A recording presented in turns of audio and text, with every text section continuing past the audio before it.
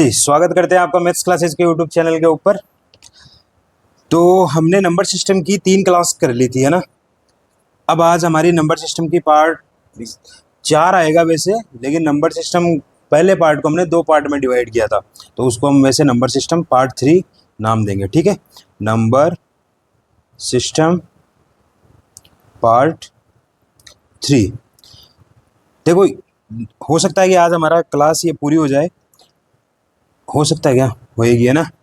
और एक चीज़ और मैं बता दूं आपको, इसके बाद में जो हम डालेंगे नंबर सिस्टम के, वो क्वेश्चन आंसर डालेंगे, ठीक है।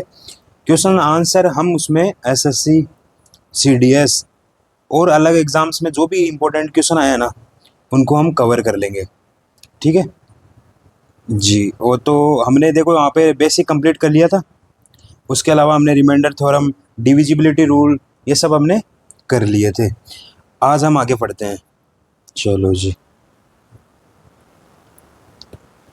देखो यार, एक बेसिक सा कंसेप्ट है, जैसे यूनिट डिजिट आपने पढ़ा, उसी में क्या होता है, जैसे आपने कहा 545, बचपन में हमने सीखा होगा यहाँ पे कि इकाई का अंक इसमें 5 है, दहाई का अंक 4 है और सैकड़े का अंक 5 है, ठीक है कि नहीं है। मैं आपको यहाँ पे इतना समझाना चाहता हूँ कि इन इकाई, दहाई और सैकड़े के अंक को हम अगर खोल के लिखेंगे तो कैसे लिखेंगे, सही है कि नहीं। जैसे हमने कहा इस 545 को लिखना है हमको, तो इसमें हम क्या करेंगे, इकाई का अंक 5 है, प्लस जो दहाई का अंक होता है उसमें 10 से गुणा करते हैं, जो सैकड़े का अंक होता है उसमें 100 से गुणा करते हैं, सही है कि नहीं। अगर ये इतनी बात समझ में आती है, बिल्कुल बेसिक चीज़ है, अगर ये इतनी बात समझ में आती है तो ना, तो कम से कम 15-20 क्वेश्चन है जो 2021 से लेकर 2025 तक हमारे एग्ज़ाम में आए हैं, और उनमें कोई ज़्यादा पंगा है नहीं। बस ये 545 में 449, 494 है, ये जोड़ना कैसे जुड़ते हैं, जोड़ बाकी गुणा भाग, ये नॉर्मल सी चीज़ें, बस ये मेरे को आपको समझानी थी। इसमें एक अगर हम देख ले, जैसे मैंने कहा ए बी, ठीक है, ये एक क्या है, संख्या है। अगर इसको मैं तोड़ूंगा तो कैसे तोड़ूंगा, बी इकाई का अंक है, प्लस ए क्या है, दहाई का अंक, तो दहाई के अंक में क्या होगा, 10 से गुणा हो जाएगा। अगर यहाँ पे मैं ए बी सी मानता, तो यहाँ पे इकाई का अंक क्या हो जाता, सी, दहाई का अंक क्या हो जाता, बी, और सैकड़े का अंक क्या हो जाता, ए। अगर ये चीज़ समझ में आती है तो फिर शुरू करते हैं अपने क्वेश्चन।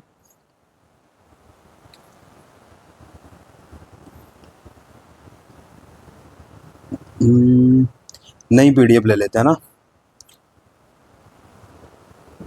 हाँ जी, तो ये हमने क्वेश्चन निकाल लिए हैं, चलो इन क्वेश्चंस को सोल्व करते हैं। 2021 से स्टार्ट करते हैं, ठीक है। ये क्वेश्चन देखो, बिल्कुल बेसिक चीज़ है जो मैंने बताई, यूनिट डिजिट और ये जो दहाई का अंक और सैकड़े का अंक, इकाई का अंक है, इनको कैसे खोलना होता है, इन्हीं पे आज अपनी ज़्यादा क्लास रहने वाली है ना। देखो यहाँ क्या बोला हुआ है, क्वेश्चन पढ़ो एक बार। बोला है कि 2 अंकों वाली संख्या है, ठीक है, कोई भी 2 अंकों वाली संख्या हो सकती है। इन अंकों के स्थान को परस्पर बदलकर प्राप्त होने वाली संख्या का अंतर 54 है। मतलब क्या हुआ, कभी भी आपको 2 अंकों की संख्या बोल दे, तो मैंने बोल दिया भाई 2 अंकों की संख्या हो गई ए बी कोई भी 2 अंक हो सकते हैं। और जैसे मैंने बोल दिया 45, तो 45 कोई भी 2 अंक हो सकते हैं, लेकिन हमको पता नहीं है कौन से हैं वो अंक, तो हम उसको मान लिए कि भाई ए बी एक 2 अंकों की संख्या है। अगर ये ए बी है तो इनको इंटरचेंज करके बदल कर हमने लिखा है, अंकों के स्थान को परस्पर बदलकर प्राप्त होने वाली संख्या का अंतर कितना दे रखा है, 54, ठीक है। अच्छा, अब इसके बाद में ये 2 स्टेटमेंट दे रखे हैं, लेकिन पहले इसको थोड़ा सोल्व करते हैं, ठीक है कि नहीं है। मैंने बताया कि इसको कैसे लिखेंगे, इकाई का अंक बी है और दहाई का अंक कितना है, 10a, माइनस इकाई का अंक ए है और दहाई का अंक कितना है, 10b, बराबर कितना हो गया, 54। यहाँ से मैं बोल सकता हूँ 10a प्लस b माइनस दोनों से मल्टीप्लाई हो जाएगा, बराबर 54। यहाँ पे कितना हो गया, 10a minus a 9a, minus के 9b, 10 में से b, बराबर 54। 9 कॉमन आ गया, a minus B equal to 54। a minus B बराबर कितना गया, 9 डिवाइड में जाएगा इसके, 9 का नहीं 54। यहाँ से हमको पता चल गया कि भाई a और b 2 अंक है, तो उन अंकों का डिफरेंस 6 आएगा। देखो यहाँ पे क्या बोला हुआ है, इस संख्या के दोनों अंकों के बीच का अंतर को निकाला जा सकता है। बताओ दोनों अंकों के बीच का अंतर निकाल रहा है कि नहीं निकल रहा? बिल्कुल निकल रहा है। इसका मतलब ये क्या है? बिल्कुल सही है स्टेटमेंट। अब ये बोला हुआ है कि इस संख्या के दोनों अंकों का योगफल केवल तभी निकाला जा सकता है जब दोनों अंकों का गुणनफल ज्ञात हो। ठीक है कि नहीं है भाई? देखते हैं। हमने क्या बोला कि भाई a माइनस भी हमारे पास आ गया, और आपको बचपन में अगर कुछ याद आ रहा होगा तो पता होगा कि भाई दो अगर मेरे पास वेरिएबल है, दो मेरे पास चर है, उनको अगर मेरे को सोल्व करना है, तो मेरे को दो इक्वेशन चाहिए। मतलब जैसे a माइनस बी 6 है, हमको निकालना है a प्लस बी। मतलब मेरे को कहीं ना कहीं a और b की वैल्यू पता होनी चाहिए। हो सकता है कि आपको ये वाला फॉर्मूला पता हो, a माइनस बी का होल स्क्वायर, ठीक है, a square plus B square minus 4ab minus 2ab plus के 4ab, ये वाला फॉर्मूला आपको पता है। लेकिन मैं बोलता हूँ कि एक बार आपको नहीं करना इसको याद, ठीक है। मेरे को ये बताया कि अगर मेरे a प्लस बी निकालना है ना, तो मेरे को a और b की वैल्यू पता होनी चाहिए। अगर मेरे पास a माइनस बी दिया हुआ है, एक इक्वेशन और वो मिल जाए, मेरे को एक इक्वेशन और मिल जाए, तो दो वेरिएबल है, दो इक्वेशन से मेरे पास वैल्यू आ जाएगी। बिल्कुल बात सही है। अब मेरे को एक बात बताओ कि इसने बोला है कि केवल तभी निकाला जा सकता है जब दोनों अंकों का गुणनफल दिया हो। मतलब ये बोल रहा है कि अगर आपको ए बी दे रखा है ना कुछ, तब तो अपन ए प्लस भी निकाल सकते हैं। इसमें यहाँ पे केवल क्यों दिया? क्या मैं a बटा बी ये मेरे को दिया हो तब नहीं निकाल सकता? बिल्कुल निकाल सकते हैं, क्योंकि अगर मेरे पास a माइनस बी दिया हुआ है, a बटे बी अगर दिया होता तो निकाल सकते थे। तो यहाँ पे केवल के कारण ये स्टेटमेंट गलत हो गया कि नहीं हो गया? अगर मेरे पास यहाँ पे a बटा बी दिया हुआ था, डिवाइड में दिया हुआ होता, तो मैं यहाँ से a की वैल्यू निकालता b के फॉर्म में, और b की वैल्यू, ये a की वैल्यू यहाँ रख देता और b की वैल्यू आ जाती, फिर b की वैल्यू वापस पुट करता तो a की वैल्यू आ जाती, इसमें पुट कर देता तो a की वैल्यू आ जाती। इसका मतलब केवल तो नहीं, ये केवल नहीं हो सकता। ठीक है, तो इसका मतलब ये स्टेटमेंट गलत हो गया, तो ये सही हो गया कि नहीं हो गया? बिल्कुल बेसिक सी बात है, बात समझ में आ गई। अब जैसे ये क्वेश्चन करते हैं, ठीक है, इस क्वेश्चन को देखो, ये क्या बोल रहा है यहाँ पे? ये बोल रहा है 3p 4p pp pp, ठीक है। इनको अगर मैं जोड़ता हूँ तो मेरे पास आता है RQ2। इसका मतलब इसका इकाई का अंक 2 है। इसका मतलब मैं अगर ये बोल रहा है कि ये चीज़ दी हुई है आपको, PQR भिन्न है, भिन्न मतलब अलग अलग है, तो इन सभी संभाव्य योगफलों का समांतर माध्य क्या होगा? पहले मैं इन संभाव्य मान तो निकाल लूँ, इसके कौन कौन से मान आएंगे। अब वही बात, P इकाई का अंक है सारे, सही है कि नहीं है? अब इकाई का अंक जोड़ सकते हैं हम, 1p 2p 3p 4p। बताओ मेरे को ये 4p आया कि नहीं आया? मतलब 4 गुणा p आया कि नहीं आया? अब मेरे को ये बताओ कि 4 को किससे मल्टीप्लाई करूँ कि इकाई का अंक 2 आए? 4 एकम 4, 4 दूनी 8, 4 ती 12। तो मैं p का मान ले सकता हूँ 3, फिर 4 चौक 16, 4 पंजे 20, 8 चौक 32। तो p का मान यहाँ पे या तो 3 आ सकता है, या p का मान यहाँ पे 8 आ सकता है, सही है कि नहीं? मैं 3 लेके देखता हूँ। मैंने p का मान 3 लिया तो 33 यहाँ पे, 43 यहाँ पे, 33 यहाँ पे, 33 यहाँ पे, जोड़ो 3 3 6 3 9 3 12, 4 3 7 7 3 10 3 13 और 1 14, 142 आया। अगर p का मान 3 लिया तो इसका मान कितना आया मेरे पास? 142। अब p का मान मैं इसमें 8 रखता हूँ तो कितना आया? 38, 48, 88 और 88। 8 8 16, 8 3 24, 8 चौक 32, 4 3 7 7 और 8 15, 15 और 8 23, 3 26, 262। तो p का मान ये लिया तो इसका मान कितना आ गया? 262। ये दो मान मेरे पास आ गए, इसके अलावा कोई मान आ सकता है क्या? क्योंकि नहीं आ सकता, ये वाली यहाँ दो मान ही आए थे अपने पास। इनको जोड़, अब इनका क्या करना है, हमको समांतर माध्य निकालना है, तो इनको जोड़ के 2 का भाग देना है। मैं इनको समांतर माध्य कैसे निकालते हैं? दो संख्या है मेरे पास कुछ भी, x और y, तो समांतर माध्य इनको जोड़ के 2 का भाग दे दो। तो भाई साहब 142 और 262 को जोड़ा 4, 6 4 10, 2 और 1 3 और 1 4, 404 का भाग दे दो 2 का, माध्य निकालने के लिए 202।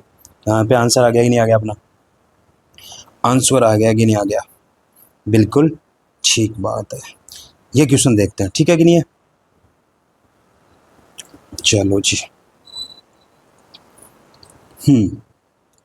ये क्वेश्चन देखने से पहले थोड़ा और इस कंसेप्ट को ज़्यादा समझते हैं। कंसेप्ट को जब पूरा समझ लोगे फिर बाद में थोड़ा अच्छा क्वेश्चन करने पे मज़ा आता है। ये वाला क्वेश्चन पढ़ो, वही सेम टू सेम 2022 में, अभी 2021 में देखा था, 2022 में फिर आ गया। उसमें प्लस किया था, इसमें मल्टीप्लाई किया है। उसमें पी को 2 अंकों की संख्या है, वहाँ पे भी 2 अंकों की संख्या थी, क्यों उन्हीं अंकों को उलट के लिखी हुई है। तो कंसेप्ट वही आ रहा है यार, आपको समझना पड़ेगा कि कैसे उसको करें। तो माना कि पी 2 अंकों की संख्या है, मैंने मान लिया कि 2 अंकों की संख्या ए बी है, ये मेरे पास पी आ गया, और इसी को उलट के लिखा मैंने बी ए आ गया। इसको मल्टीप्लाई करूंगा तो 24 30 आना चाहिए। समझ में आ रहा है कि नहीं आ रहा। अब मेरे को एक बात बताओ, मैंने कहा कि भाई ये है संख्या, इसका इकाई अंक कितना है बी, इसका इकाई अंक ए, तो मैं बी को ए से मल्टीप्लाई करूंगा तो 0 आना चाहिए।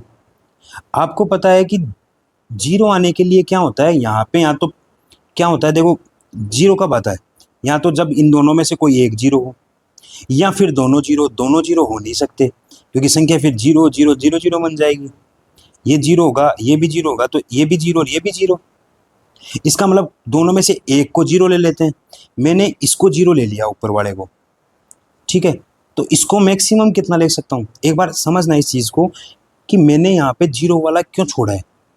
मैंने क्या किया, यहाँ पे मैंने 0 लिया और एक को मैंने 9 ले लिया, तो यहाँ पे 9 0, ये 0 9 हो गया कि नहीं हो गया। यहाँ मैंने क्या लिया, वापस समझना, इसको मैंने 0 ले लिया, तो ये मैंने अधिकतम से अधिकतम 9 ले सकता हूँ। इसको मैं फिर 9 ही ले लिया मैंने वापस, क्योंकि ये भी ए तो 9 ही है और ये 0 आ ही गया।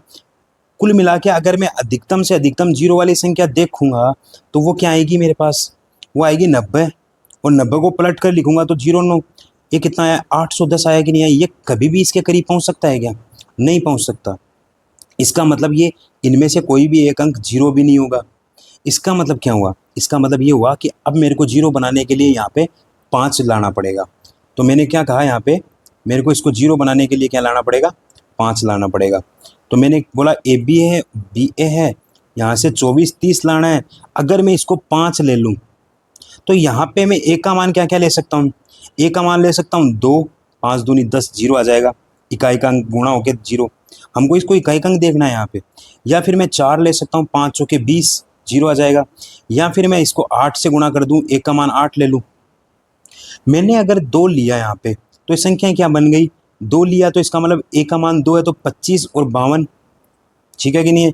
25 और 52 को गुणा किया तो 25 दूने 50, 25 5 125 और 30, 1300 आया कि नहीं है। 1300 भी बताओ कम है, ये नहीं है। इसका मतलब मैं 4 लेके देखता हूँ। फिर मैंने बोला कि अगर मैंने 4 लिया तो ये 4 है, ये 4 है, अगर एक को 4 लिया तो ये कितना हो गया 45, ये कितना हो गया 54।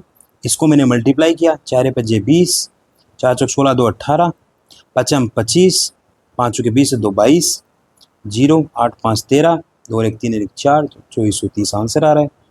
तो बस ये चीज़ आपको समझ में आनी चाहिए कि इकाई का अंक मल्टीप्लाई होकर 0 बन रहा है, तो मैं इसको कैसे कैसे इसको सोल्व कर सकता हूँ। समझ में आया कि नहीं आया। तो यहाँ से अपने पास अभी आंसर नहीं आया है, ये अपने पास पी और क्यू की वैल्यू आई है 54 और 49, ये 54 और 45, पी और क्यू के बीच का अंतर निकालना है। कितना आया, 9 आया कि नहीं आया। 45 और 54 के बीच का अंतर कितना आया, 9 आया। समझ में आ गया होगा। थोड़ा अच्छा क्वेश्चन करते हैं, ठीक है, 2023 में और अच्छे, धीरे धीरे अपन लेवल बढ़ा देंगे, ठीक है कि नहीं है। ओके, ये अपनी आज लास्ट क्लास है तो इसको फिनिश करने की कोशिश करते हैं दे दनादन। ये क्वेश्चन देखो 2023 का, अच्छा क्वेश्चन है, इकाई अंक दाई अंक ये समझने में अपने हेल्प करेगा। ये क्या बोल रहा है यहाँ पे, पढ़ो इसको, क्वेश्चन को पहले पूरा ढंग से पढ़ो फिर ज़्यादा समझ में आएगा। देखो ए बी सी और डी ई एफ 3 अंकों की संख्या है, ठीक है भाई। ए बी सी मेरे पास एक संख्या है, डी ई एफ मेरे पास एक संख्या है। ये बोल रहा है कि A B C D E F ये क्या है, भिन्न शून्येतर अंक है। इसका मतलब क्या हो गया, इसका मतलब हो गया एक तो ये शून्य नहीं हो सकते और एक ये अलग अलग होंगे, बिल्कुल ठीक बात है। इन दोनों को अगर मैं जोड़ूंगा तो मेरे पास एक एक एक एक आना चाहिए, कोई बात नहीं। इसने बोला कि इसका मान क्या होगा। ये ऐसा क्वेश्चन दे देना आपको, हो सकता है उस टाइम पे नहीं आया होगा इस क्वेश्चन को करना, लेकिन अगर आपने एक बार इसको समझ लिया कि अगर मेरे पास ये 3 अंक दे रखे हैं और इनको जोड़ रहा है, ये कुछ दे रखा है, तो मैं कैसे इसको अप्रोच करूं। अगर अप्रोच समझ में आ गई तो फिर बाद में आप कोई से भी क्वेश्चन को कर ले जाओगे। मैंने कहा चलो ठीक है भैया, हमने ये मान लिया। अब मेरे को एक बात बताओ, मेरे को कहीं ना कहीं सी और एफ को जोड़ पूछा है कि नहीं पूछा? पूछा है। तो मैंने दिख रहा है यहाँ पे सी और एफ का जोड़ आ जाएगा। मेरे को कहीं ना कहीं ए और डी का जोड़ पूछा है कि नहीं पूछा? तो कहीं ना कहीं ए और डी का जोड़ पूछा है। मेरे को कहीं ना कहीं बी और ई का जोड़ पूछा है, बी और ई का जोड़ पूछा है। कुल मिला के अगर मैं इन तीनों को जोड़ निकाल लूँ तो मेरा मान निकल जाएगा। ये बात अगर वहाँ पे आप सोच पा रहे हो तो क्वेश्चन आपका सोल्व हो जाएगा। कैसे?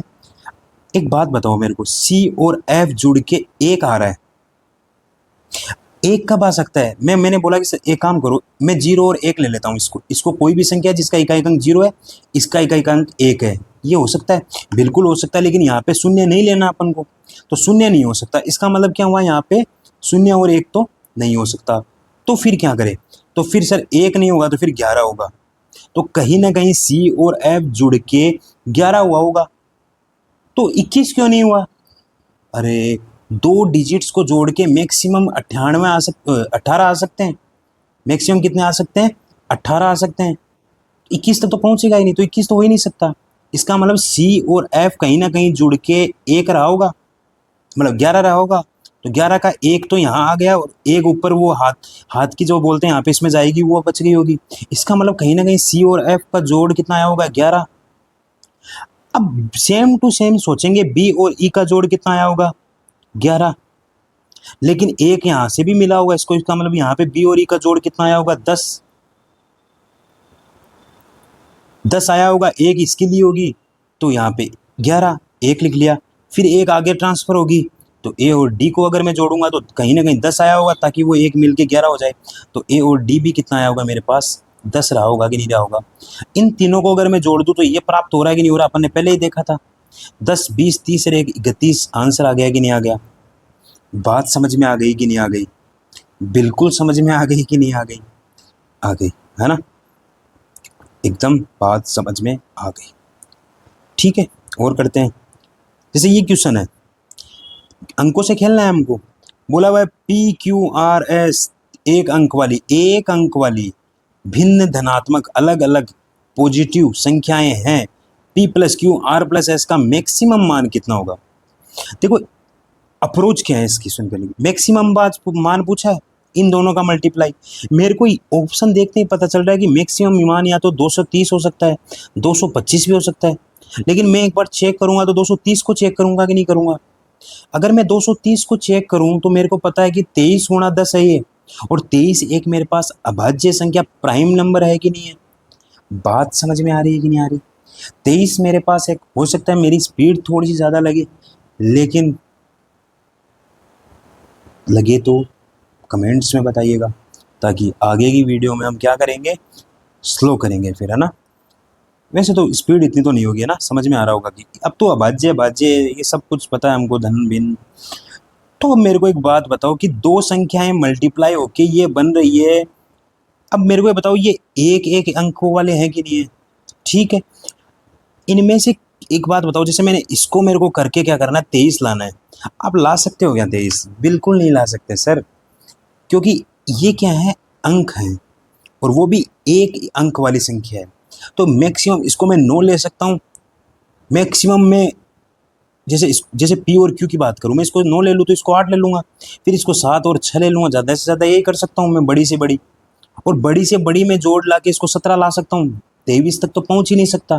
तो इन दोनों का जोड़ कभी भी 17 से ऊपर तो आ ही नहीं सकता, अलग अलग संख्याएं हैं। तो अगर सेम संख्या ले भी सकते तो भी 9 9 18 ही होता, 23 तक तो नहीं जा सकता। इसका मतलब भैया आप कुछ भी कर लो, आप 230 इसका मान नहीं ला सकते। अच्छा ठीक है, फिर 225, हाँ 225 की देखते ही पता चल रहा है कि 225 है 15 गुणा 15। देखते ही पता चल रहा है कि नहीं पता चल रहा? अच्छा सर 15 लाना है मेरे को, दो संख्याओं का जोड़ 15 लाना है, तो 8 और 7 15। दो संख्याओं का जोड़ वापिस से 15 लाना है, 9 और 6। बताओ ये अलग अलग है कि नहीं है? ये अप्रोच वहाँ पे स्पीड में करके आप आंसर निकालोगे नहीं निकालोगे, ये आ रहा है कि नहीं आ रहा, इनको चेक करने की जरूरत ही नहीं, क्योंकि अपन को तो मैक्सिमम मान पूछा था। क्वेश्चन इजी है कि नहीं है, 2023 के क्वेश्चन करवा रहा हूँ, एक क्वेश्चन करवा दिया, दो क्वेश्चन करवा दिया, ये भी इजी है। अभी अपने कंसेप्ट से मैच नहीं खा रहा, अभी कर लेंगे इसको, कोई दिक्कत नहीं है। बात समझ में आ रहा है कि नहीं आ रहा, बात समझ में आ रही है कि नहीं आ रही।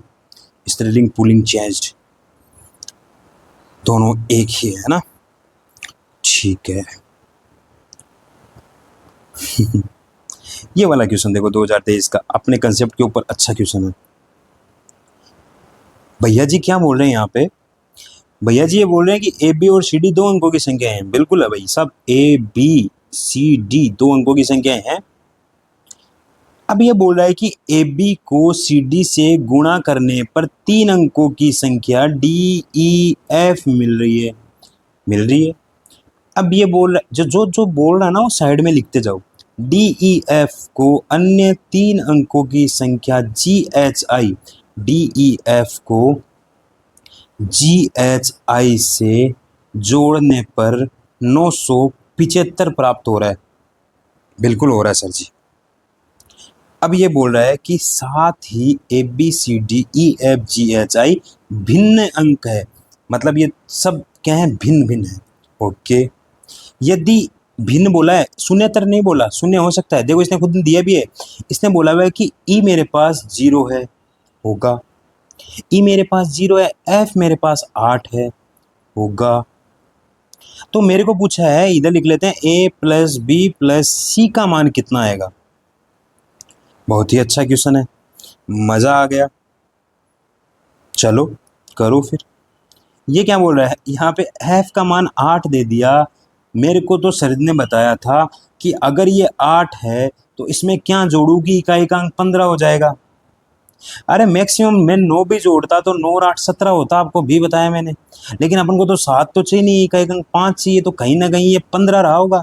तो मैं बोल सकता हूँ कि आई का मान कहीं ना कहीं 7 रहा होगा, 8 7 15 रहा होगा, 5 यहाँ पे आया होगा, 1 ऊपर चढ़ा होगा। ठीक है, तो सर यहाँ पे ये तो दिया हुआ था और आई का मान मेरे के पास 7 आ गया। ओके, बात समझ में आ गई, ठीक है ना। ई का मान कितना हुआ, 0। ई का मान 0 दिया हुआ है। हाँ जी, ई का मान अगर मेरे पास 0 दे दिया, एच का मान मेरे को पता नहीं, तो मेरे को ई और एच को जोड़ के एक ऊपर जो इन दोनों की रह गई थी उसको जोड़ के 7 लाना है। मेरे को 7 लाना है। 7 क्यों सर, 17 ले आओ।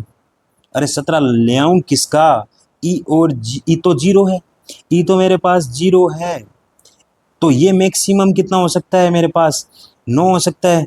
तो 17 तक कैसे पहुंचेगा। तो मैं बोलता हूँ कि एक काम करो फिर सर 7 ही ले आओ। तो एच का मान कहीं ना कहीं 6 रहा होगा, 6 और 0 6 और 1 उधर से लिया होगा तो 7 हुआ होगा। तो मेरे पास एच का मान भी 6 आ गया कि नहीं आ गया, बिल्कुल सही बात है। ओके, अब मेरे को एक बात बताओ, डी प्लस जी का मान कितना रहा होगा, ये यहाँ तक पूरा हो गया। डी और जी का मान कितना रहा होगा, तो सर डी प्लस जी का मान मेरे पास 9 ही रहा होगा। इसका मतलब इतनी चीज़ें अपने पास आ गई। हमारे पास आया क्या क्या नहीं, हमारे पास ए नहीं आया, हमारे पास बी नहीं आया, हमारे पास सी नहीं आया, डी आ गया, ई आ गया, एफ आ गया, जी आ गया, एच आ गया, आई आ गया। सर ये डी और जी पता नहीं क्या क्या है। अरे डी प्लस जी तो पता है ना तेरे को क्या क्या है। अभी देख यहाँ पे, अब एक बात बता, मेरे पास अंक हो क्या क्या सकते हैं। सर मेरे पास 0 हो सकता है, 1 हो सकता है, 2 3 4 5 6 7 8 और 9 हो सकते हैं। लेकिन सर 0 तो ई का मान हो गया तो ये तो नहीं हो सकता, 8 एफ का मान हो गया तो 8 भी नहीं हो सकता, आई का मान 7 हो गया तो 7 भी नहीं हो सकता, एच का मान 6 हो गया तो 6 भी नहीं हो सकता, क्योंकि भिन्न अंक है यहाँ पे। और सर डी प्लस जी का मान 9 हो रहा है। मेरे को एक बात बताओ, इन कोई भी दो अंकों को जोड़ के 9 कब आ सकता है। आप 9 को किसी संख्या में जोड़ के 9 ला सकते हो क्या, नहीं ला सकते। 0 में जोड़ता, लेकिन 0 तो पहले ही यहाँ पे हो गया। इसका मतलब डी और जी का मान कहीं ना कहीं 5 और 4 जुड़ के रहा होगा ही नहीं हो रहा होगा। तो मैं बोल सकता हूँ इन जी और डी और जी का मान 4 और 5 में से कुछ रहा होगा। या तो डी का मान 4 रहा होगा या फिर जी का मान 5 रहा होगा, कुछ भी रहा होगा, इंटरचेंज भी कर सकते हैं, लेकिन हमको इससे मतलब ही नहीं है। इसका मतलब ये दो संख्याएं भी कैंसिल हो गई कि नहीं हो गई। अपने पास संख्याएं कितनी बची, 1 मतलब ये डिजिट्स कितने बचे, 1 बचा, 2 बचा, 3 बचा और 9 बचा। अब ये बोला है a प्लस बी प्लस सी किसके बराबर है। मेरे को नहीं पता इन चारों में से इन तीनों का मान क्या होगा, लेकिन मेरे को ऑप्शन दे रखे हैं यहाँ पे। ये बोल रहा है 9 हो सकता है क्या। मैंने बोला कि अगर मैं 9 की बात करूँ तो 9 तो कैसे भी नहीं हो सकता। ऐसे देख लो, अगर मैं 9 को ले लेता हूँ साथ में तो इसमें कुछ भी जोड़ूंगा तो 9 से ज़्यादा हो जाएगा। इसका मतलब इस 9 को तो हटाना ही पड़ेगा, 9 को तो ले ही नहीं सकते। तो 9 को नहीं ले सकते तो 1 2 और 3 को लेंगे, 3 2 5 और 1 6। ऑप्शन से भी आंसर आ जाएगा कि नहीं आ जाएगा। आगे हमको करना पड़ेगा ही नहीं कुछ। समझ में आ रहा है कि नहीं आ रहा, बात समझ में आ रही है कि नहीं आ रही। बिल्कुल आ रही है ना। इसका नेट ऑफ कर देते हैं ताकि ये बैटरी ज़्यादा बच जाए, हमारी रिकॉर्डिंग बीच में ना खराब हो। ओके ठीक है, चलो जी, इजी सा क्वेश्चन था, आराम से हो सकता है। ठीक है, इतनी चीज़ अगर आपके समझ में आ गई तो ये क्वेश्चन तो आप मेरे को करके कमेंट्स में आंसर बताओगे कितना इसका आंसर आया। कुछ भी नहीं करना, दिमाग लगाना है कि मैं किससे मल्टीप्लाई करूँ कि ये चीज़ ही आ जाए। एक हिंट दे देता हूँ, क्यू को किससे देखो पी क्यू दे रखा है, ये वाला क्वेश्चन है, इसमें कुछ ये दे रखा है पी ये क्यू आर के मान निकालने। मैं आपको हिंट देता हूँ, आप इसको मेरे को करके बताना। पी क्यू दे रखा है, इसको 3 से मल्टीप्लाई करना है, यहाँ पे मेरे पास आर क्यू क्यू आना चाहिए। पी क्यू आर मेरे पास डिफरेंट डिफरेंट नंबर है। मेरे को एक बात बताओ आप कि अगर मैं क्यू को मतलब ऐसी कौन सी संख्या है जिसको 3 से मल्टीप्लाई करने पर उसकी वही अंक आ जाए। तो मैं देखूंगा कि सर 3 एकम 3, 1 को 3 से किया तो 3 आया, 2 को 3 से किया तो 6 आया, 3 को 3 से किया 9 आया, 3 को 4 से किया तो 12 आया, 5 को 3 से किया तो इकाई का अंक 5 आ सकता है। बस इससे ज़्यादा नहीं बताऊंगा मैं। इसका आंसर मेरे को कमेंट्स में बताइएगा। बात समझ में आ गई कि नहीं आ गई। ये हो गया, ये हो गया। आज तो दे दनादन क्वेश्चन हो गए, दे दनादन। ओके जी ओके, हो गया। चलो हो गया तो आगे करते हैं, ये अपन बाद में करेंगे। आज का एक नेक्स्ट कंसेप्ट पढ़ के, ये भी नेक्स्ट कंसेप्ट पढ़ के ये वाला कर लेते हैं, ठीक है। ये क्या बोल रहा है, पढ़ो। डी कोई 3 अंकों की संख्या है, ए बी सी 3 अंकों की मेरे पास संख्या। इस संख्या का इसके अंकों के योगफल से अनुपात लघुत्तम है। अंकों के योगफल से अनुपात लघुत्तम है, इसको लघुत्तम करना है। ठीक है, डी के सैकड़े के अंक, मतलब इस संख्या के सैकड़े के अंक और सैकड़े के अंक और इकाई के अंक के बीच का डिफरेंस क्या होगा, ये मेरे को निकालना है। मतलब सी माइनस ए या फिर ए माइनस सी, जो भी है मेरे को निकालना है। ठीक है कि नहीं है, बिल्कुल अभी निकाल देते हैं। देखो मैं आपको कुछ चीज़ बता रहा हूँ, एक चीज़ ये समझना। अभी हम क्या करें, कंसेप्ट पढ़ रहे हैं। 4-5 कंसेप्ट आते हैं नंबर सिस्टम में, 4-5 कंसेप्ट के ऊपर हज़ारों क्वेश्चन बन सकते हैं, हज़ारों, कोई लिमिट नहीं है ना। अभी हम समझ रहे हैं कि 21 से 25 तक ट्रेंड क्या रह रहा है। अगर आप उस ट्रेंड को समझ जाओगे तो हमारे जो 1000 क्वेश्चन आ जाएंगे 100 क्वेश्चनों पे। अगर उन 100 क्वेश्चनों के आप 200 बार प्रैक्टिस कर लोगे, 300 बार प्रैक्टिस कर लोगे, मैं आपको लिख के दे रहा हूँ सी सेट कहीं नहीं रुकने वाला।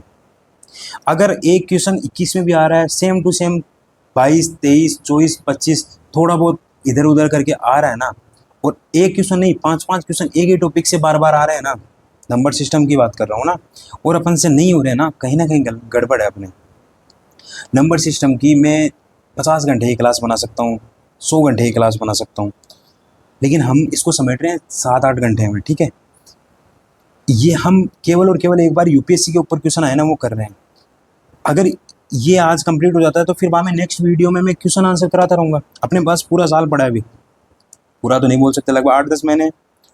अगर हम 8-10 महीने करते रहेंगे,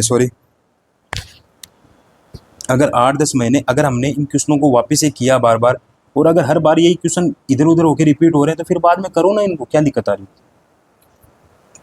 ठीक है, बात मेरे हिसाब से आपके समझ में आ गई होगी। अगर आ गई तो फिर ये क्वेश्चन करके बता दो मेरे को। ये बोल रहा है कि कोई संख्या है, उसके अंकों का योग भाग देने पर मेरे पास ये संख्या लघुत्तम मान प्राप्त होना चाहिए। ये संख्या क्या होगी, देखो दिमाग में क्या आएगा। मैं सिंपल सी बात करता हूँ, ये क्वेश्चन तुक्के वाला है।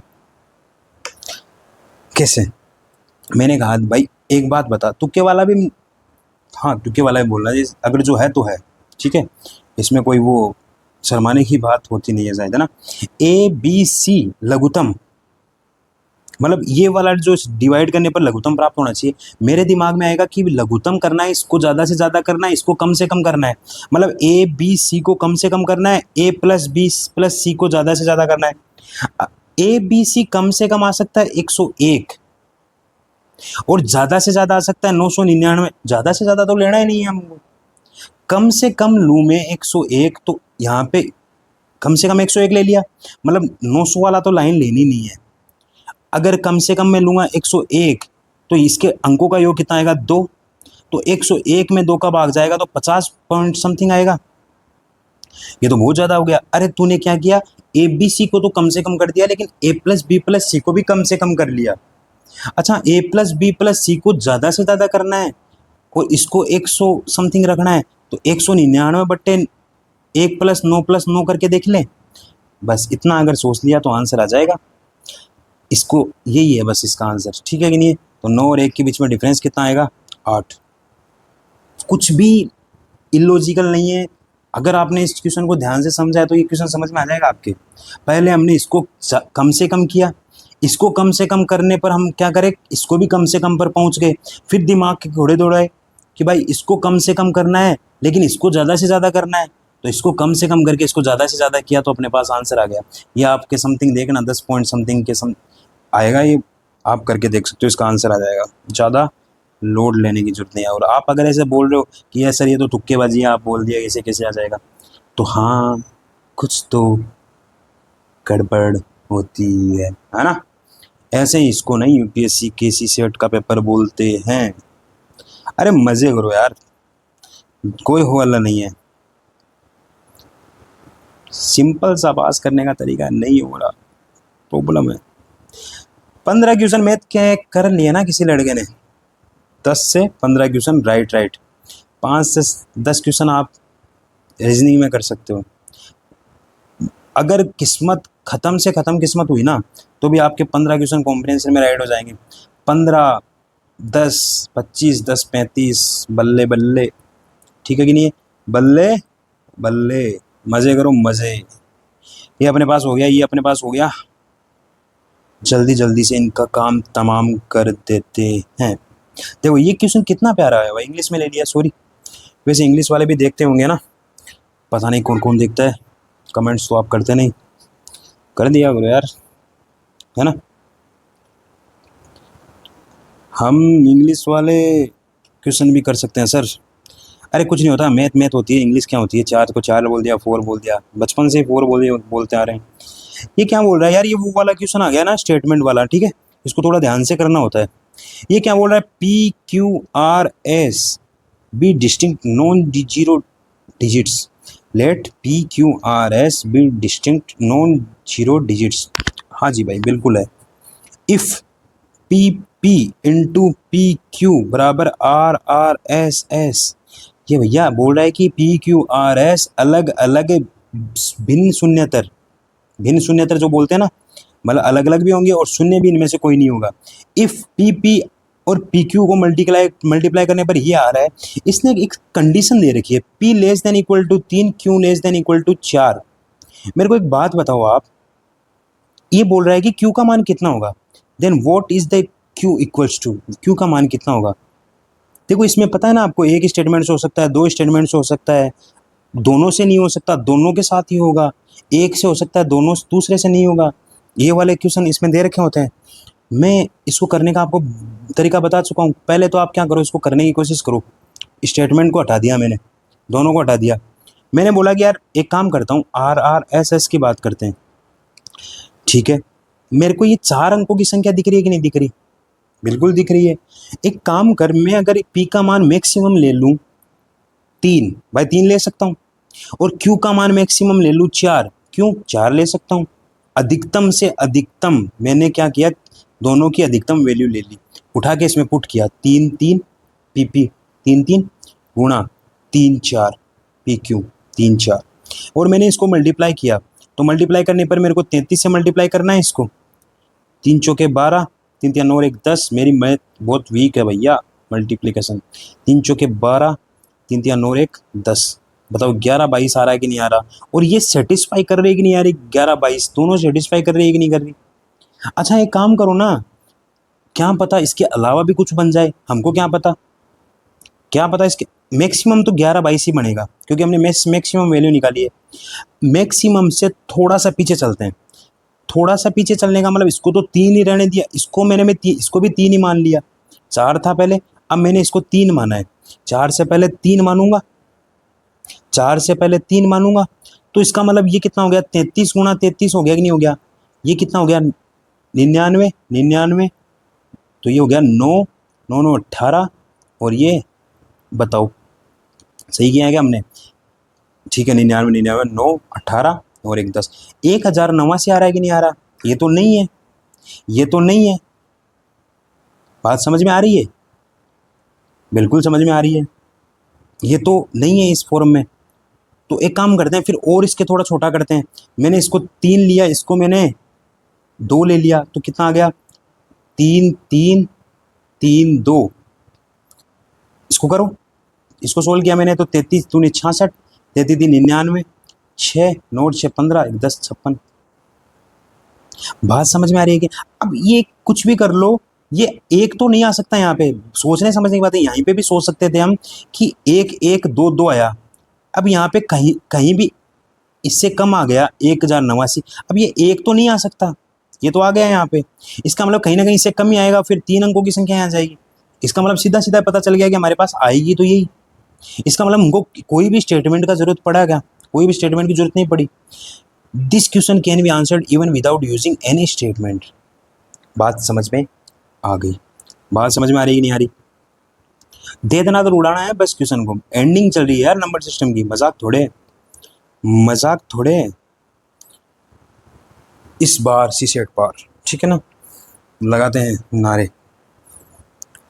मैथ की क्लास में नारे लगवा रहे हो सर, मज़े ही ले रहे हो सर, है ना? बहुत ही मज़ा आता है यार मैथ करने में। इतना मज़ा तो किसी सब्जेक्ट में नहीं है भाई, है। एस बराबर X plus Y plus Z है। बिल्कुल है। आपने कह दिया, आपका हुक्म सराखों पर। इसमें बोला है कि योगफल एस बराबर X plus Y plus Z के संबंध में निम्नलिखित कथनों पर विचार कीजिए। कर रहे हैं। एक्स वाई जेड में प्रत्येक 10 से छोटी भिन्न भाज्य संख्या है। ओके ओके, तीनों संख्याएं 10 से छोटी होगी और अभाज्य संख्याएं होगी। 10 से छोटी होगी 2 3 5 7, इनमें से होगी, और अभाज्य संख्या ये। अब यह बोला है कि अब एक बात बताओ, एस के बारे में क्या कह सकते हो? एस का इकांक 0 हो सकता है। अगर करके देख लो, एक भी पॉसिबल केस बन गया तो ये स्टेटमेंट सही है। 0 कब आ सकता है? जब अंकों का ये जुड़ के 10 आ जाए। मतलब भाई इकाई का अंक पूछा ना, तो ये कहीं ना कहीं इनको जुड़ के 10 आ जाना चाहिए या 20 आ जाना चाहिए। इनको जोड़ के 20 ला सकते हो क्या आप? 7 5 12, इन चारों को भी जोड़ दूं ना मैं, 3 की तो बात दूर की है। 7 5 12 8 3, 7 5 12 8 3 15, 15 2 17। इसको मैक्सिमम जोड़ 17 आएगा। इसका मतलब इसका इकाई का अंक 0 लाने के लिए इसको मैं 20 नहीं कर सकता, 10 कर सकता हूँ। 17 तक जा सकते हैं तो 17 तक जा सकेंगे, 10 आएगा, इकाई अंक 0 हो सकता है। अब 17 आने में 3, कोई भी 3 संख्या लेके देखो 0 आ रहा है क्या? इनको ले लेते थे। 5 3 8 2 10, इनको जोड़ने पर 10 आ रहा है। और योगफल के इकाई का अंक 0 हो सकता है क्या? पूछा है, बिल्कुल हो सकता है। इकाई का अंक 9 हो सकता है क्या? अरे भाई इकाई का अंक 9 होने के लिए या तो इनका जोड़ 9 होना चाहिए, 3 अंकों का। कोई भी 3 इनमें से लिया, उनका जोड़ 9 हुआ, या फिर इनका कोई भी 3 लिया और 9 हुआ, 19 हुआ। 19 तो आ ही नहीं सकता। मैक्सिमम चारों का जोड़ ही कितना आ रहा है? 17।